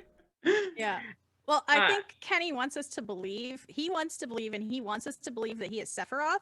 I think he's actually Cloud Strife. Yeah. And, you know, Cloud Strife only ends up truly becoming himself once he realizes, you know, that he's not Zack, that he's not this, like, idealized version of Zack that he's built in his head, and, like, accepts and, like, understands his past, right? And even Sephiroth, like, you know, he dies and is, like, brought back to the life stream. So I think, like, that's the thing, is, like, you can't, no person is an island. Like, you have to accept help. And Right. like, I think Kenny Omega, being such a fan of, you know, RPGs and JRPGs, like, and again, tabletop games, what's the most essential element of, you know, most of what we think of as tabletop role-playing games, and certainly JRPGs, is the party. Like, you have to rely on other people to bring in things that you yourself are not as good at. And I think but, like, Kenny's doing that in very toxic ways right now. Right. And I think I posited last week, because I don't know the answer to this. Did the Bucks come out with Kenny? Yeah, like, do they cheer him on by ringside? Do they come in out this to match second or Kenny? not? It's a big match. It's a big championship match for Kenny Omega. Now, Or the I actually have Bucks. an interesting, interesting to me at least. thought Yeah. on this, Yeah. and that the idea of the party and needing other people with him, and that the Bucks are just kind of an extension of Kenny's own toxicity to a degree, to really push himself above. He needs Coda because Coda is a good influence on him. Yeah. Right. Yeah. No. No, I always thought that. Like the Bucks, Kenny, it's very wholesome. Like it is. Like in the real Yes. world, it's a very wholesome relationship. And even like in the fiction, it's a wholesome relationship when everything's going right. Yeah. When it's not, like, and I don't know how far back or if like how far anyone watched VTE. And it's a silly moment, but Kenny is the leader of the Bullet Club. Kenny making Matt and Nick kill their best friend Adam Cole. Yep. Like the Kenny Omega that is not a good friend and makes them do things they don't want to do. Like that is a very interesting character to me because they're still in this unit that Kenny really cares about, but he is so self-driven in this really weird toxic way. It developed them too. Like what was it, the barbed wire, like the barbed wire bed at the lift-up match. Yeah. So like my thought for what's gonna happen next week is I almost like I've been thinking about it a lot. Like what kind of ways, because the one thing that stuck out the most to me is Jon Moxley saying you only get one shot at this. And I don't think AEW has done a win by count out yet. My thought is I wonder if the Bucks or someone hold or force Jon Moxley to stay, because it's not Extreme Rules or anything like that, like street fight stipulation. It's a normal match. Yeah. So my thought is that somehow Jon gets counted out and Kenny wins. Like there's definitely cheating. But I would say that, but there's cheating. There's like cheating to win in a finish that makes sense, and then there's an unsatisfactory finish. And AEW has done a wonderful job at not giving us unsatisfactory bad finishes to their main events. And I think a count out would be a disappointment, unfortunately. Yeah, I mean, I think there's definitely got to be some element of. So, I think they're like more willing to take a risk on Dynamite though versus a pay-per-view. That's true. Right. That's true. You didn't pay for it, I guess. Yeah, you didn't pay for it. And think about how mad and frustrated that would make people. I think that's how you keep this going, because like if Kenny wins, that's how you make people hate Kenny Omega. Right, exactly. That's it. And like, how do you keep this going? Well, it's like Kenny is, he won, but Jon isn't going to stand for that. And then that feels like, because if Kenny truly wins as the better man, Jon Moxley isn't someone that's just going to say, well, I hate you now because you won. Jon has a code. He sticks to a code. Winning is winning, losing is losing. And he, if he loses to you, he legitimately he respects you. The only reason Jon cheats in the MJF match, the only reason that Mox cheated to win was because MJF was going to cheat. Yeah. Right, he cheated first. Yeah, we talked about stellar finish, by the way. I love that. Incredible. Yeah, it was so good. You're gonna cheat? I'm gonna cheat. Yeah, he would not have cheated at, say, as much as I hate that as a match, story-wise, he would not have cheated with Jake Hager, because the whole conceit of that is, Jon, you're just a wrestler, I'm a fighter, and Jon had to go mano a mano at him and meet him in his element to prove himself. Brody Lee, I think, if that had, Jon kind of cheated there, but I think it's there really. You feel good, not really, but you feel good about that weird thing story-wise, because Brody Lee is a deeply disturbing man. He harasses these people that are loyal to him. He manipulates people, he's everything that Jon Moxley hates. So it's like, what is Kenny Omega? He's so mean to the Meat Man. How are you Yeah, mean to the so, Meat yeah. Man? I mean, he isn't anymore. I think Silver has taken over the Dark Order in Brody Lee's absence, so I'll be interested to see what happens. Yeah, where the Brody heck Lee did he gets back. go? He's got like injured, he's got like an elbow injury or something. Yeah. Okay, I actually haven't It'll heard be really anything. funny to see him come back. It's And been like very Silver's much in on the charge of DL. the Dark Order. Yeah. yeah, it'll be really funny to see.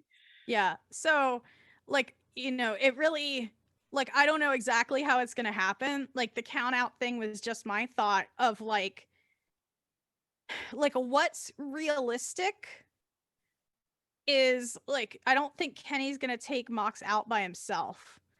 So he has to have some kind of outside Also, there's the interference. wild card about who attacked Mox.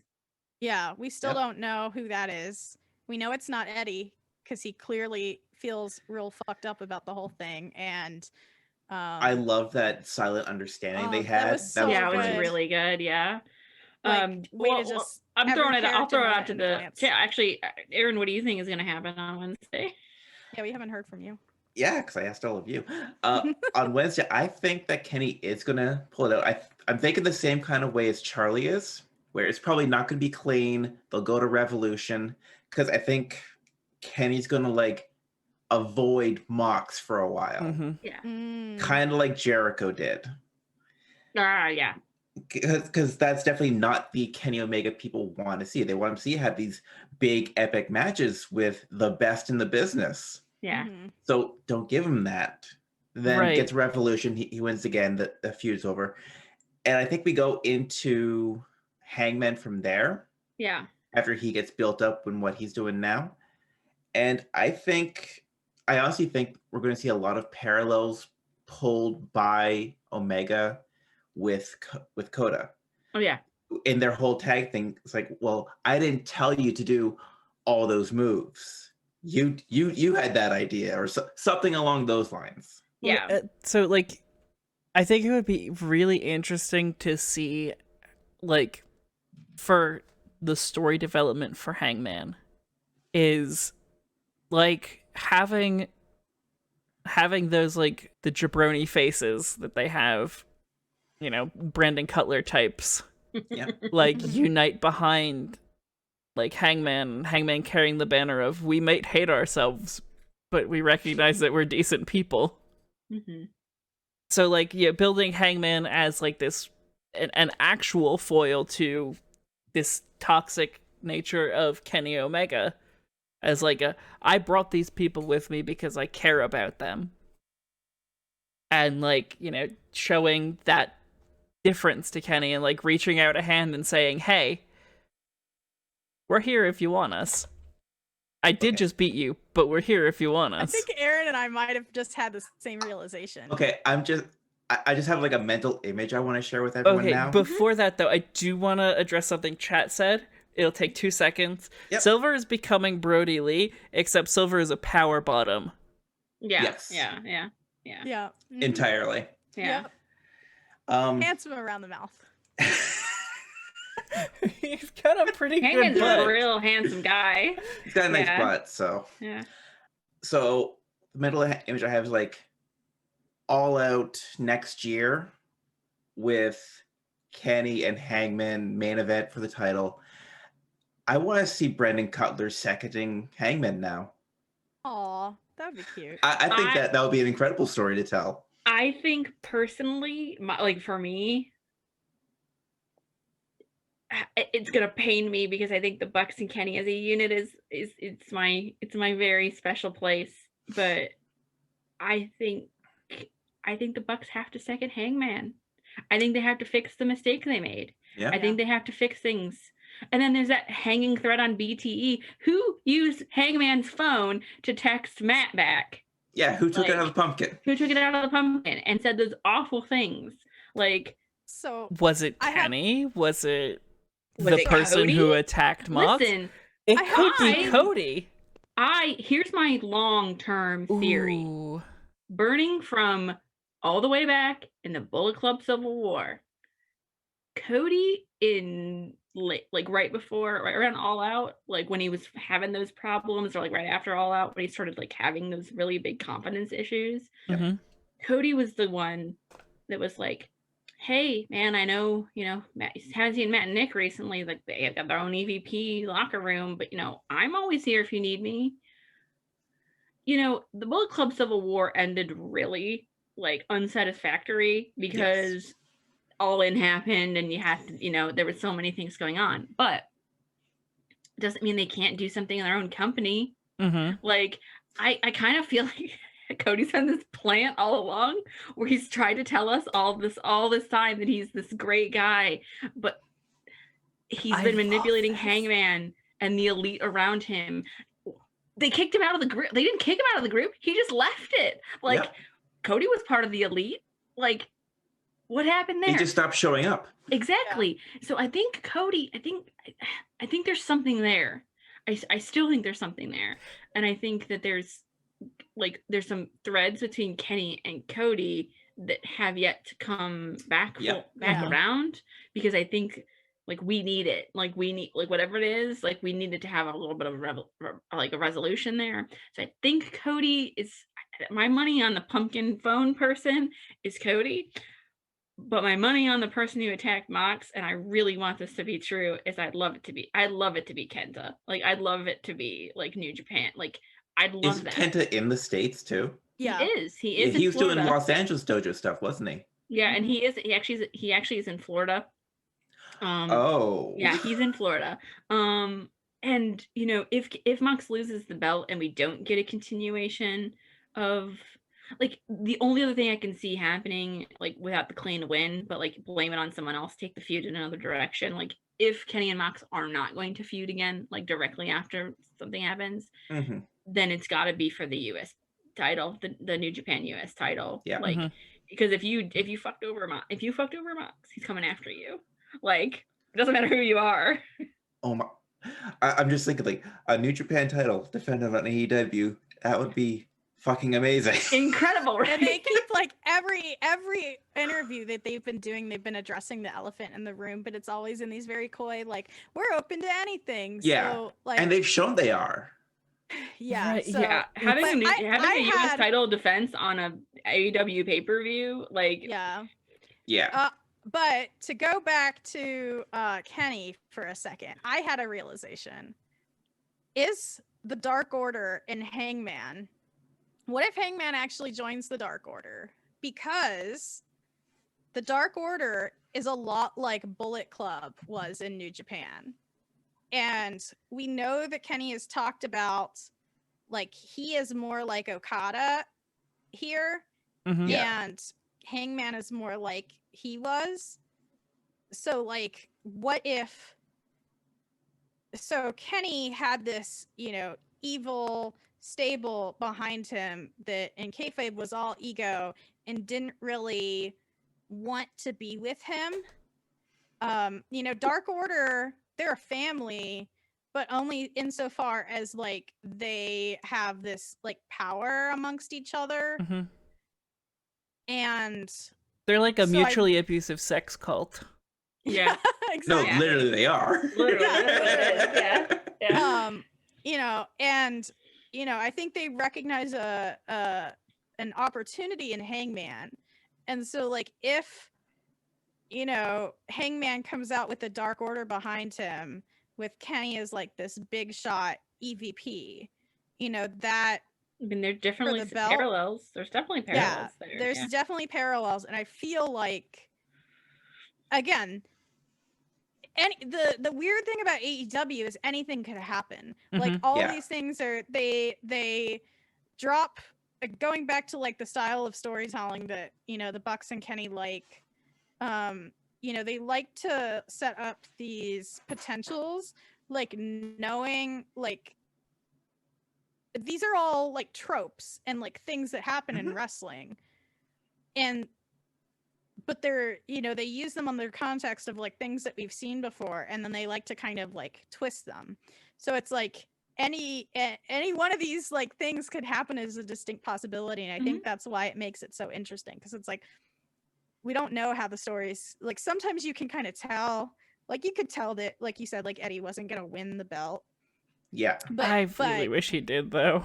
Yeah, but like I think Eddie's going to get his time. It's just definitely not now. Yeah. But Yeah. like then the Pac thing I think is like super interesting because like until you know, they showed the promo, I don't think anyone, like, there were kind of rumblings, but before that people didn't really know where, like, what would happen after Eddie and Mox. So Yeah. I think like that is like a really interesting direction to take it in. And even now, like, you know, who's gonna remain in the family, who's not, you know. Mm-hmm. I don't think like making the Lucha Brothers fight and like tear each other's mask off and then, you know, them coming back together, that was something that was, at least for me, difficult to like, I couldn't have predicted that. So again, like, there's all these little pieces. I got worked real hard the night that Penta and Phoenix Oh, wrestled. same. Like, yeah. big same. Real bad. And when Pac came out, I was like, yeah, you killed Eddie Kingston. You get him. Yep. Who predicted in 2020 that Pac would come back as a face? It was inevitable, right? Yeah. Yeah. Death but- Triangle, the heel trio, is now babyface. Yeah. Only by circumstance. Like, I know. but Yeah, you but know, that's the fun thing is, like, again, all these little bits and bobs, like, they leave kind of these lingering threads, but then you never quite know how they're going to be picked up. And some of that is because it's, you know, improvisational in a way. It's like, well, what are we most, again, you know, to go back to the role-playing thing, is like, what's the direction that we're most interested in seeing? Like, we've set everything up until this point. Like, what do all of us as people who are invested in our character storylines, what are we most interested in seeing? And that's like the direction that AEW ends up going in. It doesn't Yeah. always work out. It doesn't always make for, like, you know, They there often are have to some- try twice. Right. Yeah. They often, but they almost always like manage to resolve that kind of like loop in the end in a very satisfying way. And like, when you look at it in its totality. The only time I can think where that didn't happen was the Nightmare Collective. Yeah, I was Yeah. gonna say, literally, yeah. God bless her, literally anything with Brandy Rhodes. She's not had the best luck at making she's doing it okay stick. right now. Like, I No, like she's this thing doing that's good. going on right now with Yeah. Jade. I'm definitely interested where that's going to go. You know, I'm going to keep watching it, but Yeah. I'm gonna keep cheering for the heels because Jade Cargill's vegan. Yeah, Oh, It's like Also, literally all it she's takes She for got also me. looks incredible. She also just looks Yeah. incredible. Yeah. her abs, So- incredible. Yeah. Also, you know, Those Nyla abs, what Rose. the hell? Also, Nyla Rose. Yeah, Yeah. oh no, just an unironic, a completely sincere stan account for Vicky Guerrero at all times. yep. I just I never really know what's gonna happen. Like, that's why, like, on the night of Full Gear, Mikey can attest to this.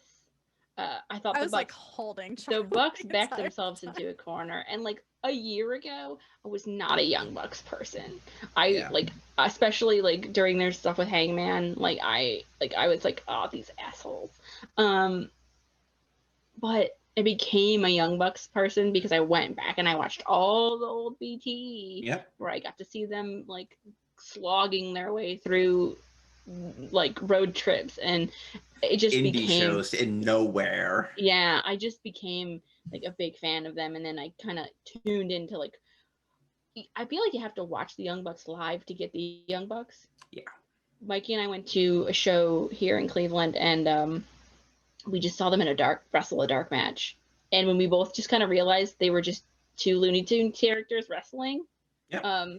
it clicked, like, because you could never hear their banter on Dynamite because the audio had been weird for so long. Yeah. But seeing them do their thing in the ring and actually being able to hear it, like, helped out a lot. So when I was watching this match at Full Gear between FTR, who are their like rivals, I was like crying during like the match, like a portion of the match where like Matt was like taking all the heat and Nick had been like done away with, because I thought they were gonna lose. Yeah, it wasn't look like they were going to get any shine in there, and I predicted FTR at the start of it. Yeah. I thought they were gonna lose, and I was like crying because I'm like, Matt. I was just like, it sucked me in so much because I'm like, Matt, just please come on. And Greatest Finish in Wrestling, the guy that never does a flip tried to do a flip and he lost. I cursed him out on Twitter over that. Okay, so my thing about that match is that like the never challenge again stipulation ruined the suspense of that match for me. That's fair. Yeah. Because they're not going to do the same thing they did with Cody again. In the moment, when I was like completely sucked into the match and like my mark brain went out the window, I was like, oh my god, he could lose this. Like, Matt, if you lose this, you never will be able to challenge for the belt again. And like it came at a point where like Cash was standing in the ring and like he did the too sweet, and like when that happened, like all that BTE history like washed over me, and I was like, I'm like, Matt, you did this to yourself, like, yeah. And I was like completely sucked in, so like that's why I was like hyper. The thing is, like, I think you could have gotten a lot of that if that stipulation hadn't been there. I would have been. Yeah, I think I would have been more wrapped had the stipulation not been there, because so I think that was just them, like, again, like not quite sticking the setup, but then like sticking the landing. It was like like they added just like a little bit too much. There's too much. There's too much. Yeah, a little bit too much cumin to the like mix. And then it's like, well, this tastes really cumin-y. So that's kind of taking me out of the experience of these like refried beans, you know? That's a very good metaphor, because too much cumin in refried beans and just destroy the flavor. I should make beans. Just real quick, I did pick up something there that you said, Charlie, with being able to hear the Bucks in the ring. And that making you a fan, that is like one of those silver linings of this pandemic era. And that being able to hear what's happening in the ring is such a key, because most of the stuff that I would do beforehand was going to indie shows where you're sitting 5 feet away from the ring and you can hear everything. If they talk too loud, you know what the next spot is. Yeah. So getting that extra level in there has been so good to see other people experience that might not normally. Like, I just want to throw that in. Yeah, and some of that comes from being stationary in Jacksonville too, because like when you have to pick up and set up like in a different place literally every month, like every week, I think that like your setup is never like, I mean, it's hard enough when you're just sitting in the same place like streaming, because like something is always changing on your computer or something, right? But with staying in the same place and all of that machinery being able to remain stable, I think it's like helped them get the sound level like much more consistent where you can hear the match. Yeah, the technical issues really needed that. Yeah. You know, I think also with like the Bucks and FTR match, I think what really, really impressed me with the Bucks to a different level is they maybe did 10% of their offense, like maybe 2 or 3 Bucks, like classic Bucks spots. I haven't seen the Matt and Nick do more bang for your buck in a long while, and I need it. Give it to me. It's one of the best moves in wrestling. Like, what are you doing? But I was really impressed when I went back and watched it again, and I was like, I mean, they're playing the story of Matt's foot, like his ankle, and that's why they're not doing all the offense. But it's like, it's still such an incredible match, even though they're doing like 10%.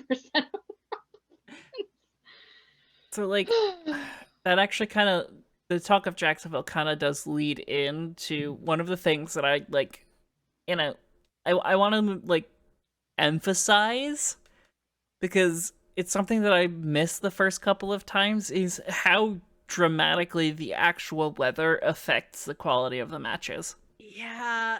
So Kenny said, "Oh God, this is a horrible story." He and Hangman, he literally had to go and get like a full body ice bath after it. Let me see. I can find the exact quote because I know where I posted it. After his Full Gear match with Hangman Page, he needed an ice pack just to get his body temperature down. He kept ice on him for 2 hours until he felt normal.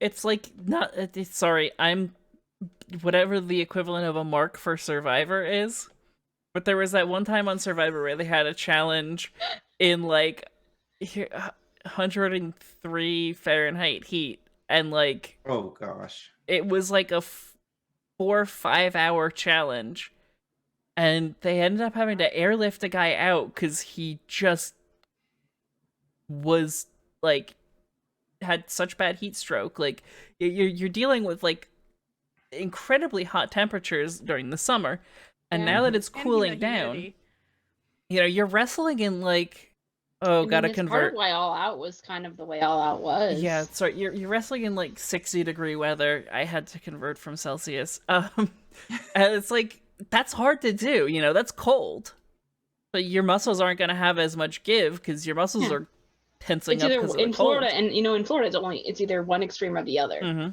right? Yeah. It's And never kind of like in between seasons. Jacksonville's North Florida too, so like Yeah. it's not. They get weather there. They don't. Yeah. it's not just like, hey, it could rain. Maybe it's gonna rain this afternoon, like for 5 weeks in a row.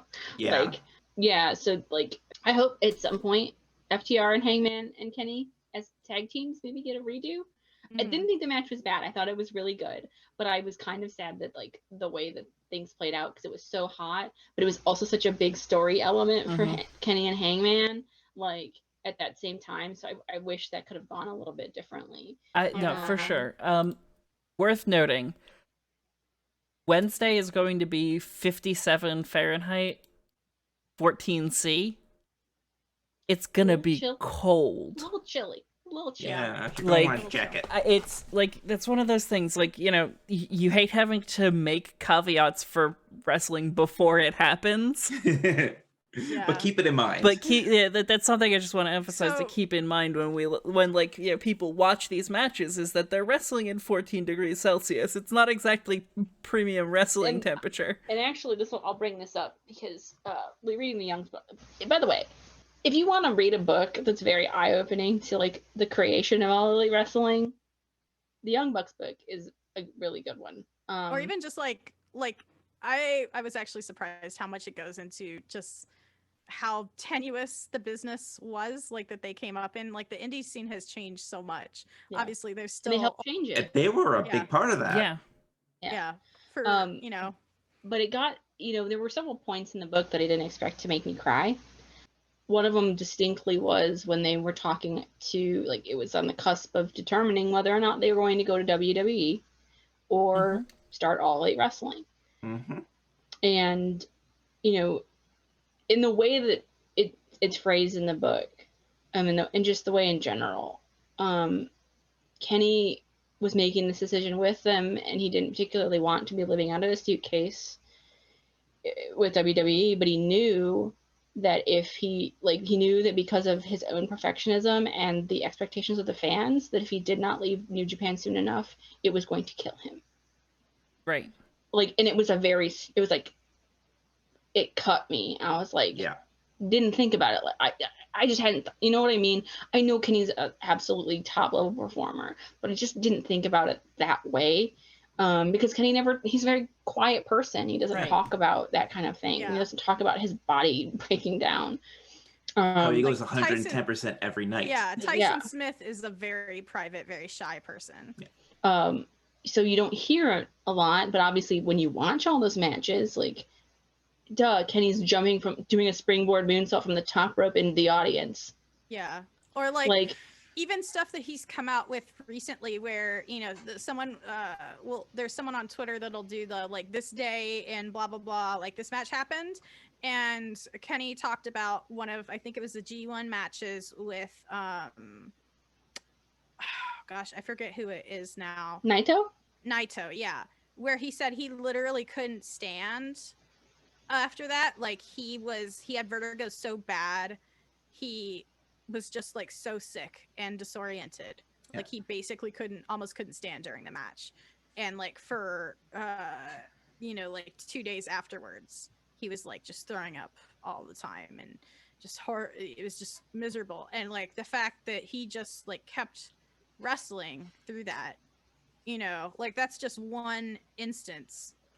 But like when he had to pull out due to injury from the New Japan Cup, like actually right before or like in the middle of his Okada thing. Like there was kind of a storyline that they set up and then had to pivot because he physically couldn't do that. Like that, he was so disappointed in himself for having to pull out, and that was because he literally physically couldn't perform. Like right now he's got he's wrestling with a torn labrum, and he's like, I'm just having them cup and do physical therapy because like I'm on the cusp of having to have surgery or not, and I don't want to take time out to have surgery to he has a torn labrum in his shoulder, and his fucking finishing move is using his Yep. Yeah. Yep. Yeah. How long have we been going? 2 hours. It's been 2 hours, yeah. I do want to point out, this is like fair. I don't know when it happened, but it's relatively recently. He changed his pinned tweet. Oh. Wait, it's not John. It's not reference to Mox anymore. Oh no, it is. I don't know how long he's had that. Since Full Gear last year. Yeah. Yeah, the doctors Wow. So it's literally been a full. It's been a year and some change. Yeah, I lost and the doctors won't clear me for TV. Yeah. I called it. People, you know, some of my friends are like, oh, he just doesn't know how to change his pin tweet. I'm like, no, that is specific. Because they knew that Kenny was going to take the belt off of Mox. It was just when that was going to happen. Like, Kenny is the only person who can take it off of him. And if not just because of the star power in AEW, it's because the story told you so. Yeah.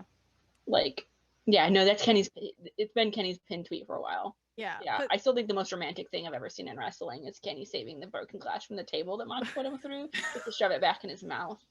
Oh, I couldn't watch most of that match. I loved that match. I don't do hardcore. It felt like a 40-minute horror movie, but I think I can mark it as when I like got really interested in Kenny, like that match. Okay. Like, because of the storytelling that he does when he's stalking Mox up the ramp with a screwdriver in his hand, and he is looking like he's going insane, and then there's like red light like on him. I'm like, what is this? It is storytelling perfection from the both of them, and I can only like that kind of, I'm sure that like helped Kenny be like, oh, you know, this guy I can make magic with. Yeah. So I'm really looking forward to. But yeah, Kenny's just like, it's completely believable to me that if he had stayed in New Japan, like he would have. He even said he said that yesterday this too. Week. Oh, so no, in the interview for his pre-workout supplement, he said, I would rather go out like at 110% in a blaze of glory, like tearing my body apart, than I would like just to like fizzle out. And because someone's like, do you think you're going to be wrestling at like 50 like Jericho? And Kenny's like, I don't know. I might not be able to. And I'm like, Kenny, it's a 50-50 shot at this point. Yeah. I'm like, he's like, my body might not be capable. Well, and then he had like a neck issue. What was it? He had like a it's like a herniation in or his something. Neck. Yeah. Back when he was like a junior, that he thought was gonna make him unable to wrestle like forever.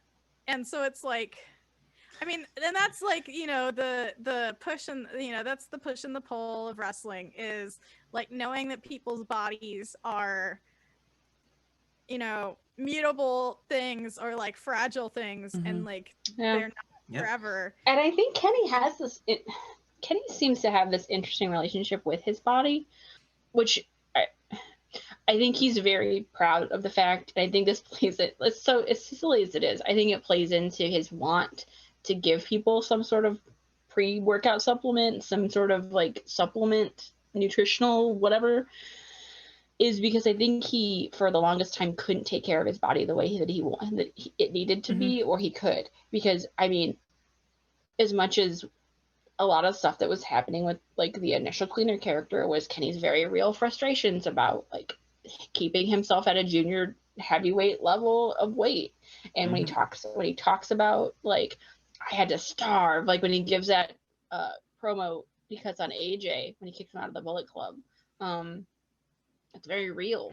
Like Kenny was starving himself in order to continue to be a junior heavyweight. I think he's got an interesting relationship with his like body, because obviously cutting weight is disordered eating. Like it just No, is. like Yep. that was the Like- thing. Like we in my high school we had like multiple assemblies on eating disorders specifically for the kids on the wrestling team. Yeah, Yep. and then like even football, like I remember, my brother's team, like I think he was in football. He wasn't even to high school yet. So you're with like kids that are, like either just starting puberty or right on the cusp of puberty, and their bodies want to grow. So like during a year of time, like their bodies are going to change dramatically. But you have to, if you're playing football, you have to remain in the weight limit because they don't want people to get hurt, which is very understandable. But then you have kids like not drinking water, or like only drinking or only eating like certain things the day before, and then they don't drink any water in the morning, so they don't have water weight. And it's like, yeah, it's rough. And the fact that, not only that, you like couple stuff like that with having to be on a bus and like not knowing where your next meal is going to come from. Also just like, Yeah, that the touring life that they had to deal with in Japan is significantly harder than, like it's hard on your body to be doing that constantly. Yeah, You know? and it's funny because people want to get all over Kenny for having his like little meal kits he gets like delivered to. It's healthy that way. Like, you know what I mean? Like people get on him about that because they're weird, I guess. Right. Well, it's like I think on Shot of Brandy talks about how she gets like her food from Eat Clean Bro. Yeah. Which, like, Yeah. I'm gonna judge them for where they get their food from, not that Yeah. they get food delivered. yeah. Yeah, like it's so weird what people want to pick apart, especially with Kenny. Like, that's a whole weird can of worms. Yeah, But like it's so hard. Like I did taekwondo for a bit, and as a vegetarian, like I was also like counting calories, which is you need your like, can you make a pre-workout? yeah. Like counting Speaking calories of- is a whole Yeah, speaking of pre-workouts that are good for vegetarians and vegans, Vega Sport pre-workout powder. They're not actually a you're- sponsor. I was gonna make a G Fuel you're- joke. Yeah, you're getting a pyramid scheme. How dare you? G Yeah. Fuel How is a dare. pyramid scheme. Gamer Fuel. Let me just drink Gamer Fuel Mountain Dew. It's fine. Oh God. Ugh. But yeah, like I would get to the end of the day and I would realize, like, it's so easy as a vegetarian to just eat like cheese and carbs. And I would get to the end of the day and realize like I was so behind on protein, but I only had like so many calories that I could consume and like stay under, because I was really trying to like lose weight, but also, be like healthy and stuff for Taekwondo. And because I was doing that like 4 or 5 days a week, which was just like not it was not, it was making my body really tired in the end of the day, but it is what it is. So I would just eat like egg, the egg, like the egg juice, like liquid egg whites and stuff like that. I would just like put that in a cup, like have like a quarter or a half cup of that, just like put it with some herbs and like salt and pepper in the microwave and like make like an egg souffle in the microwave, and that would be what I would eat. Or like tablespoons of peanut butter with like peanut butter protein powder like mixed in, because it's like that was how I could get more protein and like only in like 200 calories or whatever, right? Because like it's so hard, especially being vegetarian, but just in general, like when you're doing any kind of athletics, to maintain like the level of protein that you need. I have my jar of snack peanut butter here for that exact reason. Mm-hmm. Yeah. Mine's upstairs.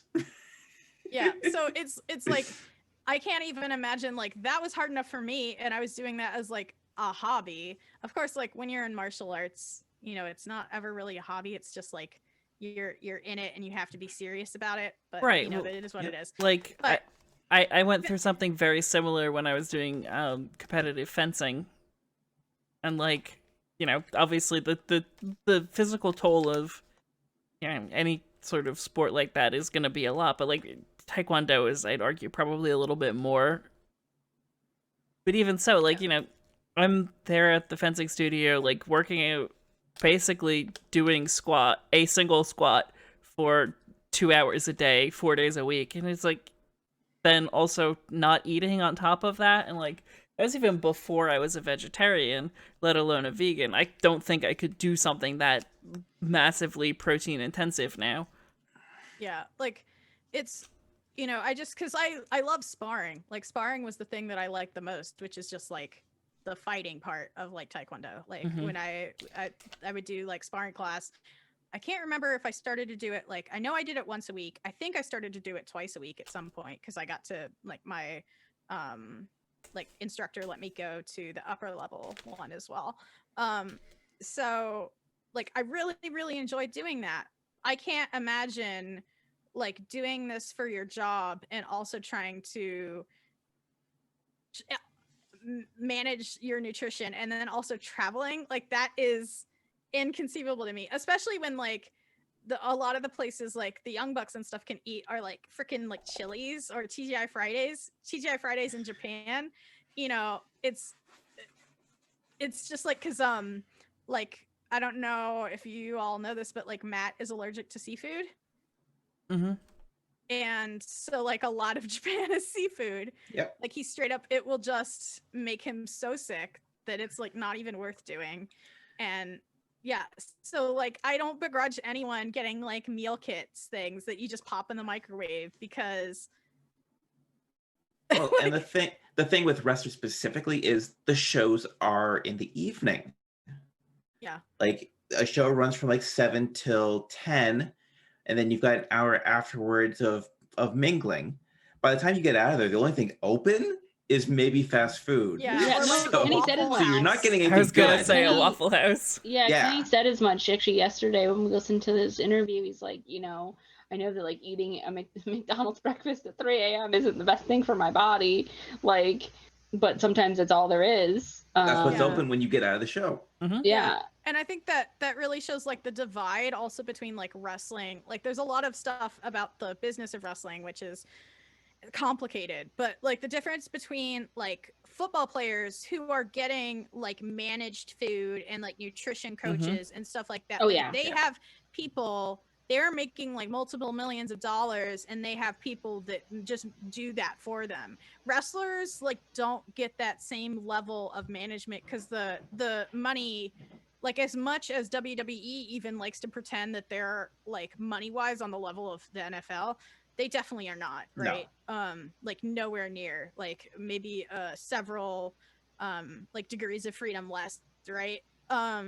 So just like, look wrestlers at have like to do, look at the base salary, right? Like, base Yeah. NFL salary Oh yeah. versus base WWE salary. If Yeah, Zelina Vega base can make WW more money off of Twitch than she on can. Twitch, yeah.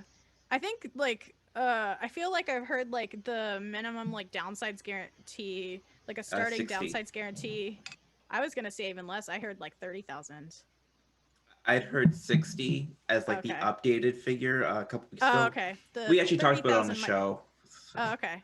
Yeah, that might have been an old one, but still, like, you know, that's not that much when you consider that you don't get insurance or any benefits. You from got to pay it. for your travel, you got to pay for your Yeah, hotels, it's you got to pay for nothing. your food.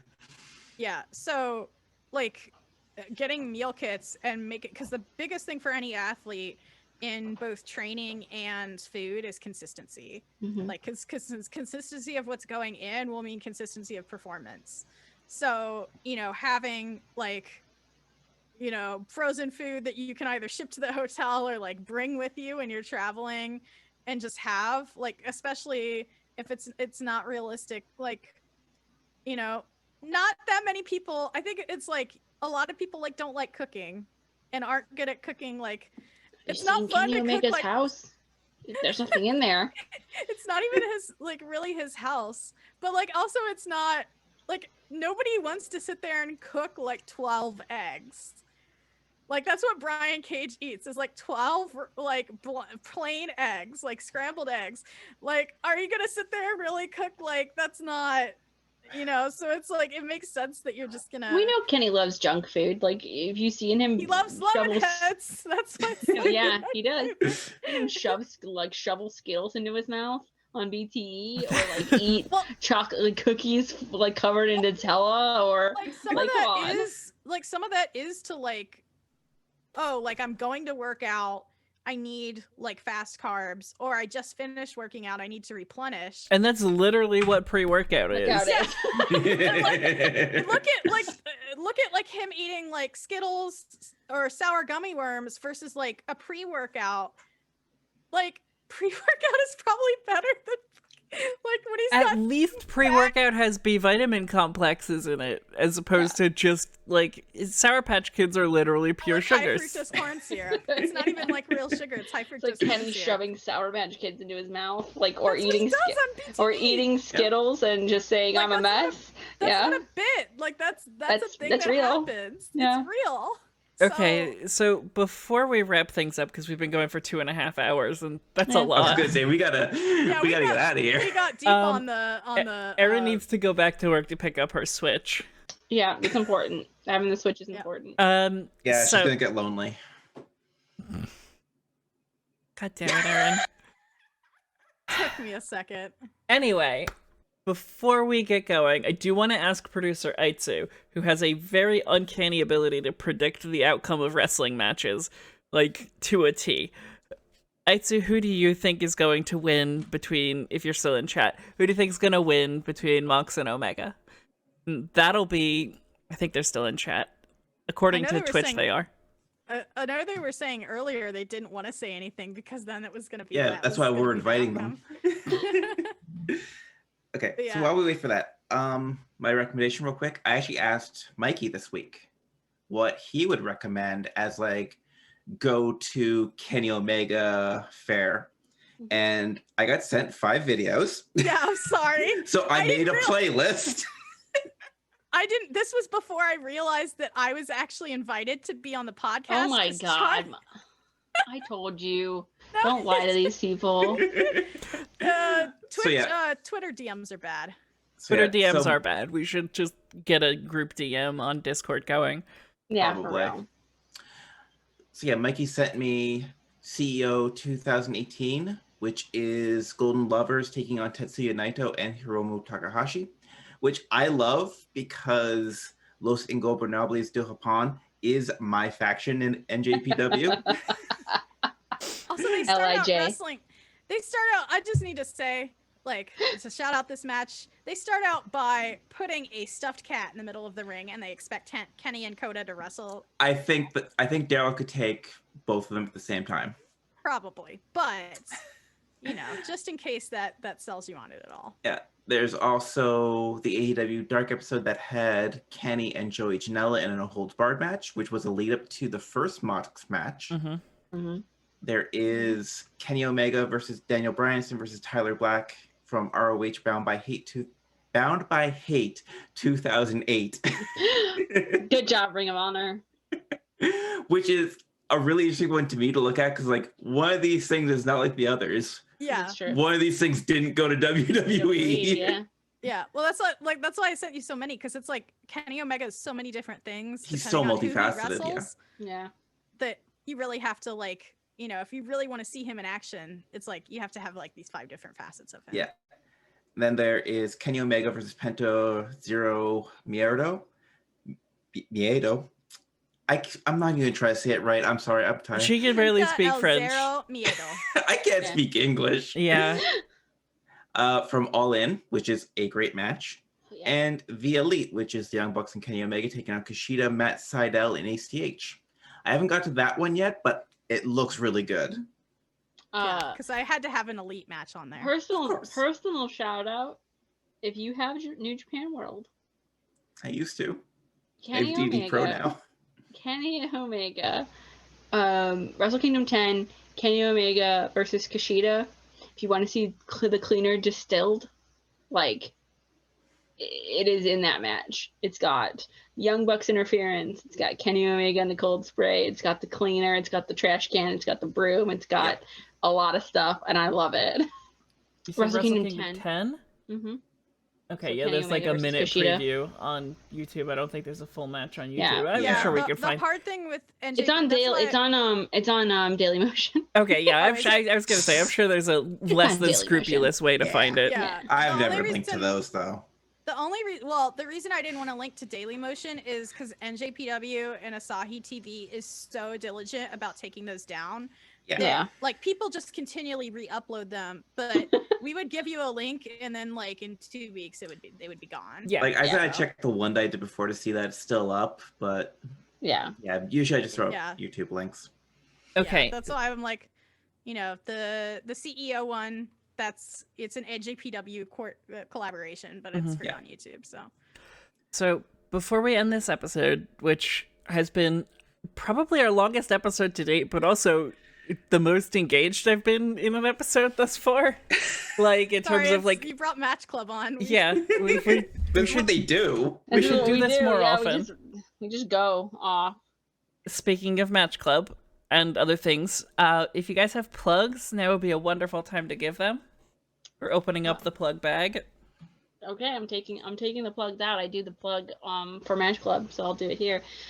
So you can find our podcast Match Club at Match Club Pod on Twitter. You can find our podcast on every podcatcher thing available, iTunes, Spotify, app, whatever. The joke I happening give on this- is wherever on this app. podcasts are sold. Whenever podcasts are sold, you can find it there. You can find it also on our website, superkick.party, which we will continue to have until the Young Bucks come and try and take it from me, and then I will graciously give it to them because I love them. You You could probably get a little bit of money from them Oh for yeah, it. that's also. Yeah, They that's can pay fine. us the $3,000 that it takes to buy the domain match.club. Yeah, there you go. Or they could pay me in Young Bucks bucks, or they can pay me in other ways that I won't talk about here. But Is it ways that are God honoring because they are Christian AF? we are Christian AF. we only honor God With here. Matt's original oil pastels. Yes. Yeah, Matt can give me one of his paintings. But you can find a lot of things there besides the podcast. I've written essays put up there. We've had essays in the past written by other individuals. I want to continue with that tradition because I like posting stuff about wrestling there. You can find me personally at Genetic Ghost on Twitter, where I talk primarily about wrestling. I do comics work too. I have I do a lot of writing about current X-Men comics and current Marvel comics over at XavierFiles.com. You can find my writing there as well, and that's about it for me. Yeah, and you can find me on Twitter at quantum.dot and my website quantum.space. That's a quantum.space. So I do a lot of talking about wrestling as well as tabletop role-playing games, as you might have guessed. I don't have any like current projects that I'm working on other than my tabletop role-playing game, No Place Like Home, which is based on Twin Peaks and Silent Hill. That's like my perpetual project. But I am slowly but surely working on a piece detailing the changes and kind of my thoughts on the redesign of AEW Dynamite from a graphic design perspective. So I'm slowly working on it. It's a lot of work, but it's really interesting to me because they recently redid their intro, they redid all the interstitial graphics, they redid all the social graphics, and kind of like the end of the first year of Dynamite and the beginning of the second year. So when that comes up, that will be in places that will be linked on my Twitter. I haven't decided if I'm going to put it on our blog or Medium or both. Who knows? Also, the next episode of Match Club, which will go up this month, which will be December, will be the third installment of the 3-part series that we have done detailing Kenny Omega and Okada's amazing feud that they had in New Japan. So in this last episode, we will be covering everything up basically until Kenny leaves New Japan. It's going to have a lot of feelings because we're getting into Golden Lovers territory. So it'll be a good one to wrap all this up. And then after we've spent 3 months detailing Kenny Omega's almost entire wrestling career, we will move on to something else. Yeah, probably. I don't want to like put it in stone, but I am personally pushing for Allie and Rosemary, and Yeah. You should get Erin Chris on for that because from Impact. Yeah, we Erin. usually try and swap it around when we do like men's feuds and then ladies feuds. But Kenny, I said the stupidest thing, which was we could do Kenny and Okada in one episode. Yeah. A bad. multi-year feud spanning multiple forms of media in one episode. Yep, totally. Yeah, it's totally doable. That's it. Okay, so just for us, as a quick wrap up, thank you for all the new people who've joined. If you'd like to give us a follow here on Twitch, we do this. It's kind of become an every other week thing because I'm just so burnt out from editing our actual play podcast. Yeah. So, and we still work full-time jobs. Yeah. So, but we stream here every other Friday on from starting at 7 p.m. Eastern Standard Time or Eastern Daylight Time, depending. Ontario may be moving off of Standard Time onto Daylight Time permanently. Please agree. I won't get into it because I could do an hour on why I think it's stupid that we use Standard Time for a shorter portion of the year than we use Daylight Time. But yeah. Anyway. So you can follow us here on Twitch. You can also follow us at soses.ca, SOSES.ca. That's all of our shows. Then if you want to check out our podcasts, you can listen to the new episode of Unsound Theories that went up yesterday, where we watched the movie Arctic Dogs, which starred a bunch of a who's who of terrible Hollywood men. I haven't listened to that one yet. We watch movies with no sound and no subtitles, and then try to guess what happens in the movies. Incredible. So Arctic Dogs was a fun one because it gets weird. It gets real weird. We put content warnings up in the description for each of those episodes, so if there is something potentially triggering, we try to grab it and put it in there. If you do come across something triggering, tweet at me at @Selesnia. I will add a trigger warning to that episode like immediately. I would rather have those there, and I apologize in advance if I did miss anything. I think I'm gonna have to edit the description for the most recent episode because we did talk about golden showers, and that's probably something I want to put in the content warnings. Ironically, or not so ironically, or referentially, that is also the name of one of Golden Lovers' the finishing moves. The double Phoenix Splash, right? Mm-hmm. Yeah. So, and then check out our actual play podcast. I'm taking all of Erin's plugs. I apologize. Check out our actual play podcast, wherever podcasts are sold at Chicks with Dice. I feel bad because it's like it puts me in a weird position inviting trans masculine people onto our show Chicks with Dice, like but I can see that. I got you. Yeah. So we have to figure out something about that. The pun was too good to pass up. Check that out. We're in the middle of a Star Wars campaign. We also have monthly one-shots. Our most recent one was wrestling themed. We played Jeff Stormer's Big Fight Feel. Erin did the editing on that and did an amazing job with building a rich soundscape for that. So that one's worth checking out at the very least. And then, the last thing I want to plug is my itch, which is catselesnia.itch.io. One of my games, The Fear Is Just a Lie, which is inspired by Twin Peaks, Alan Wake, stuff like that. And it's a solo journaling world-building game. That is available for $5 right now, but if you can't afford the $5, I don't have community copies up. Just DM me, and I will give you a PDF. I will give you a plain text if you need plain text. I don't give a shit. I'm not making a ton of money off of these things, but if you want the game, let me know, and I'll give it to you, no questions asked. Did I not know that you had made that game? I need to get that game. It was featured on a tor.com article for All right. horror games to play for Halloween. Hell yeah. Oh, I'll and pick that up. go ahead Well, and it's still Black Friday. go ahead and tune in on your cable television to TNT on Wednesday nights. Watch So you can keep up with what we're saying. and watch You can AEW see, Dynamite.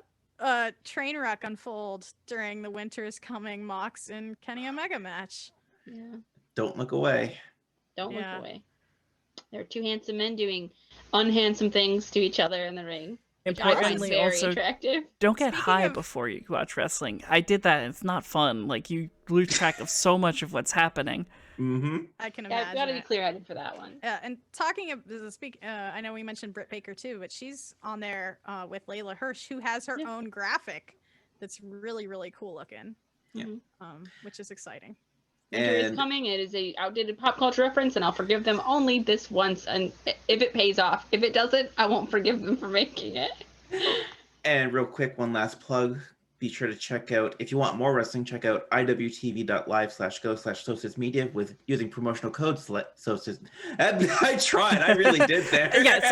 So if you want to watch more wrestling and you really think that indie wrestling might be your jam because you can It watch is. things like Camp Leapfrog, where they're ostensibly at a summer camp that runs all year round, you can go to iwtv.live/go/Soses Media and use the code Soses Media at checkout to get 5 free days of IWTV. After that's only $10 a month, and we get one of those dollars. Hell yeah. So if you need an IWTV account, a great offer to use, and that's all I have on that. I lose steam on my ad reads. Fair. Very fair. Can we wrap this up?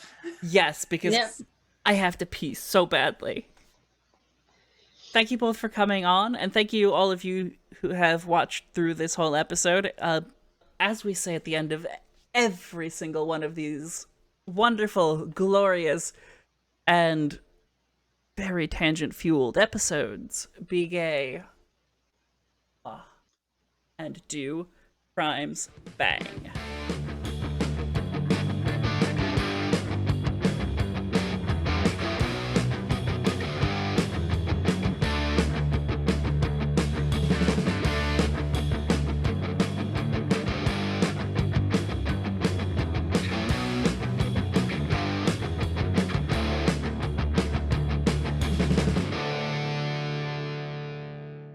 Marking Out with My Girlfriend is a production of Soses Media. Check us out at SOSES.ca. Music has been provided by Sounds Like an Earful. Intro music, intro music, intro music, intro music. Do do do do do do do do do. That was Hey Riddle Riddle. Don't steal music anymore. We can't do this. Hey, Rooney never came after us, so it's True. fine. Okay, steal their music then. Go for it.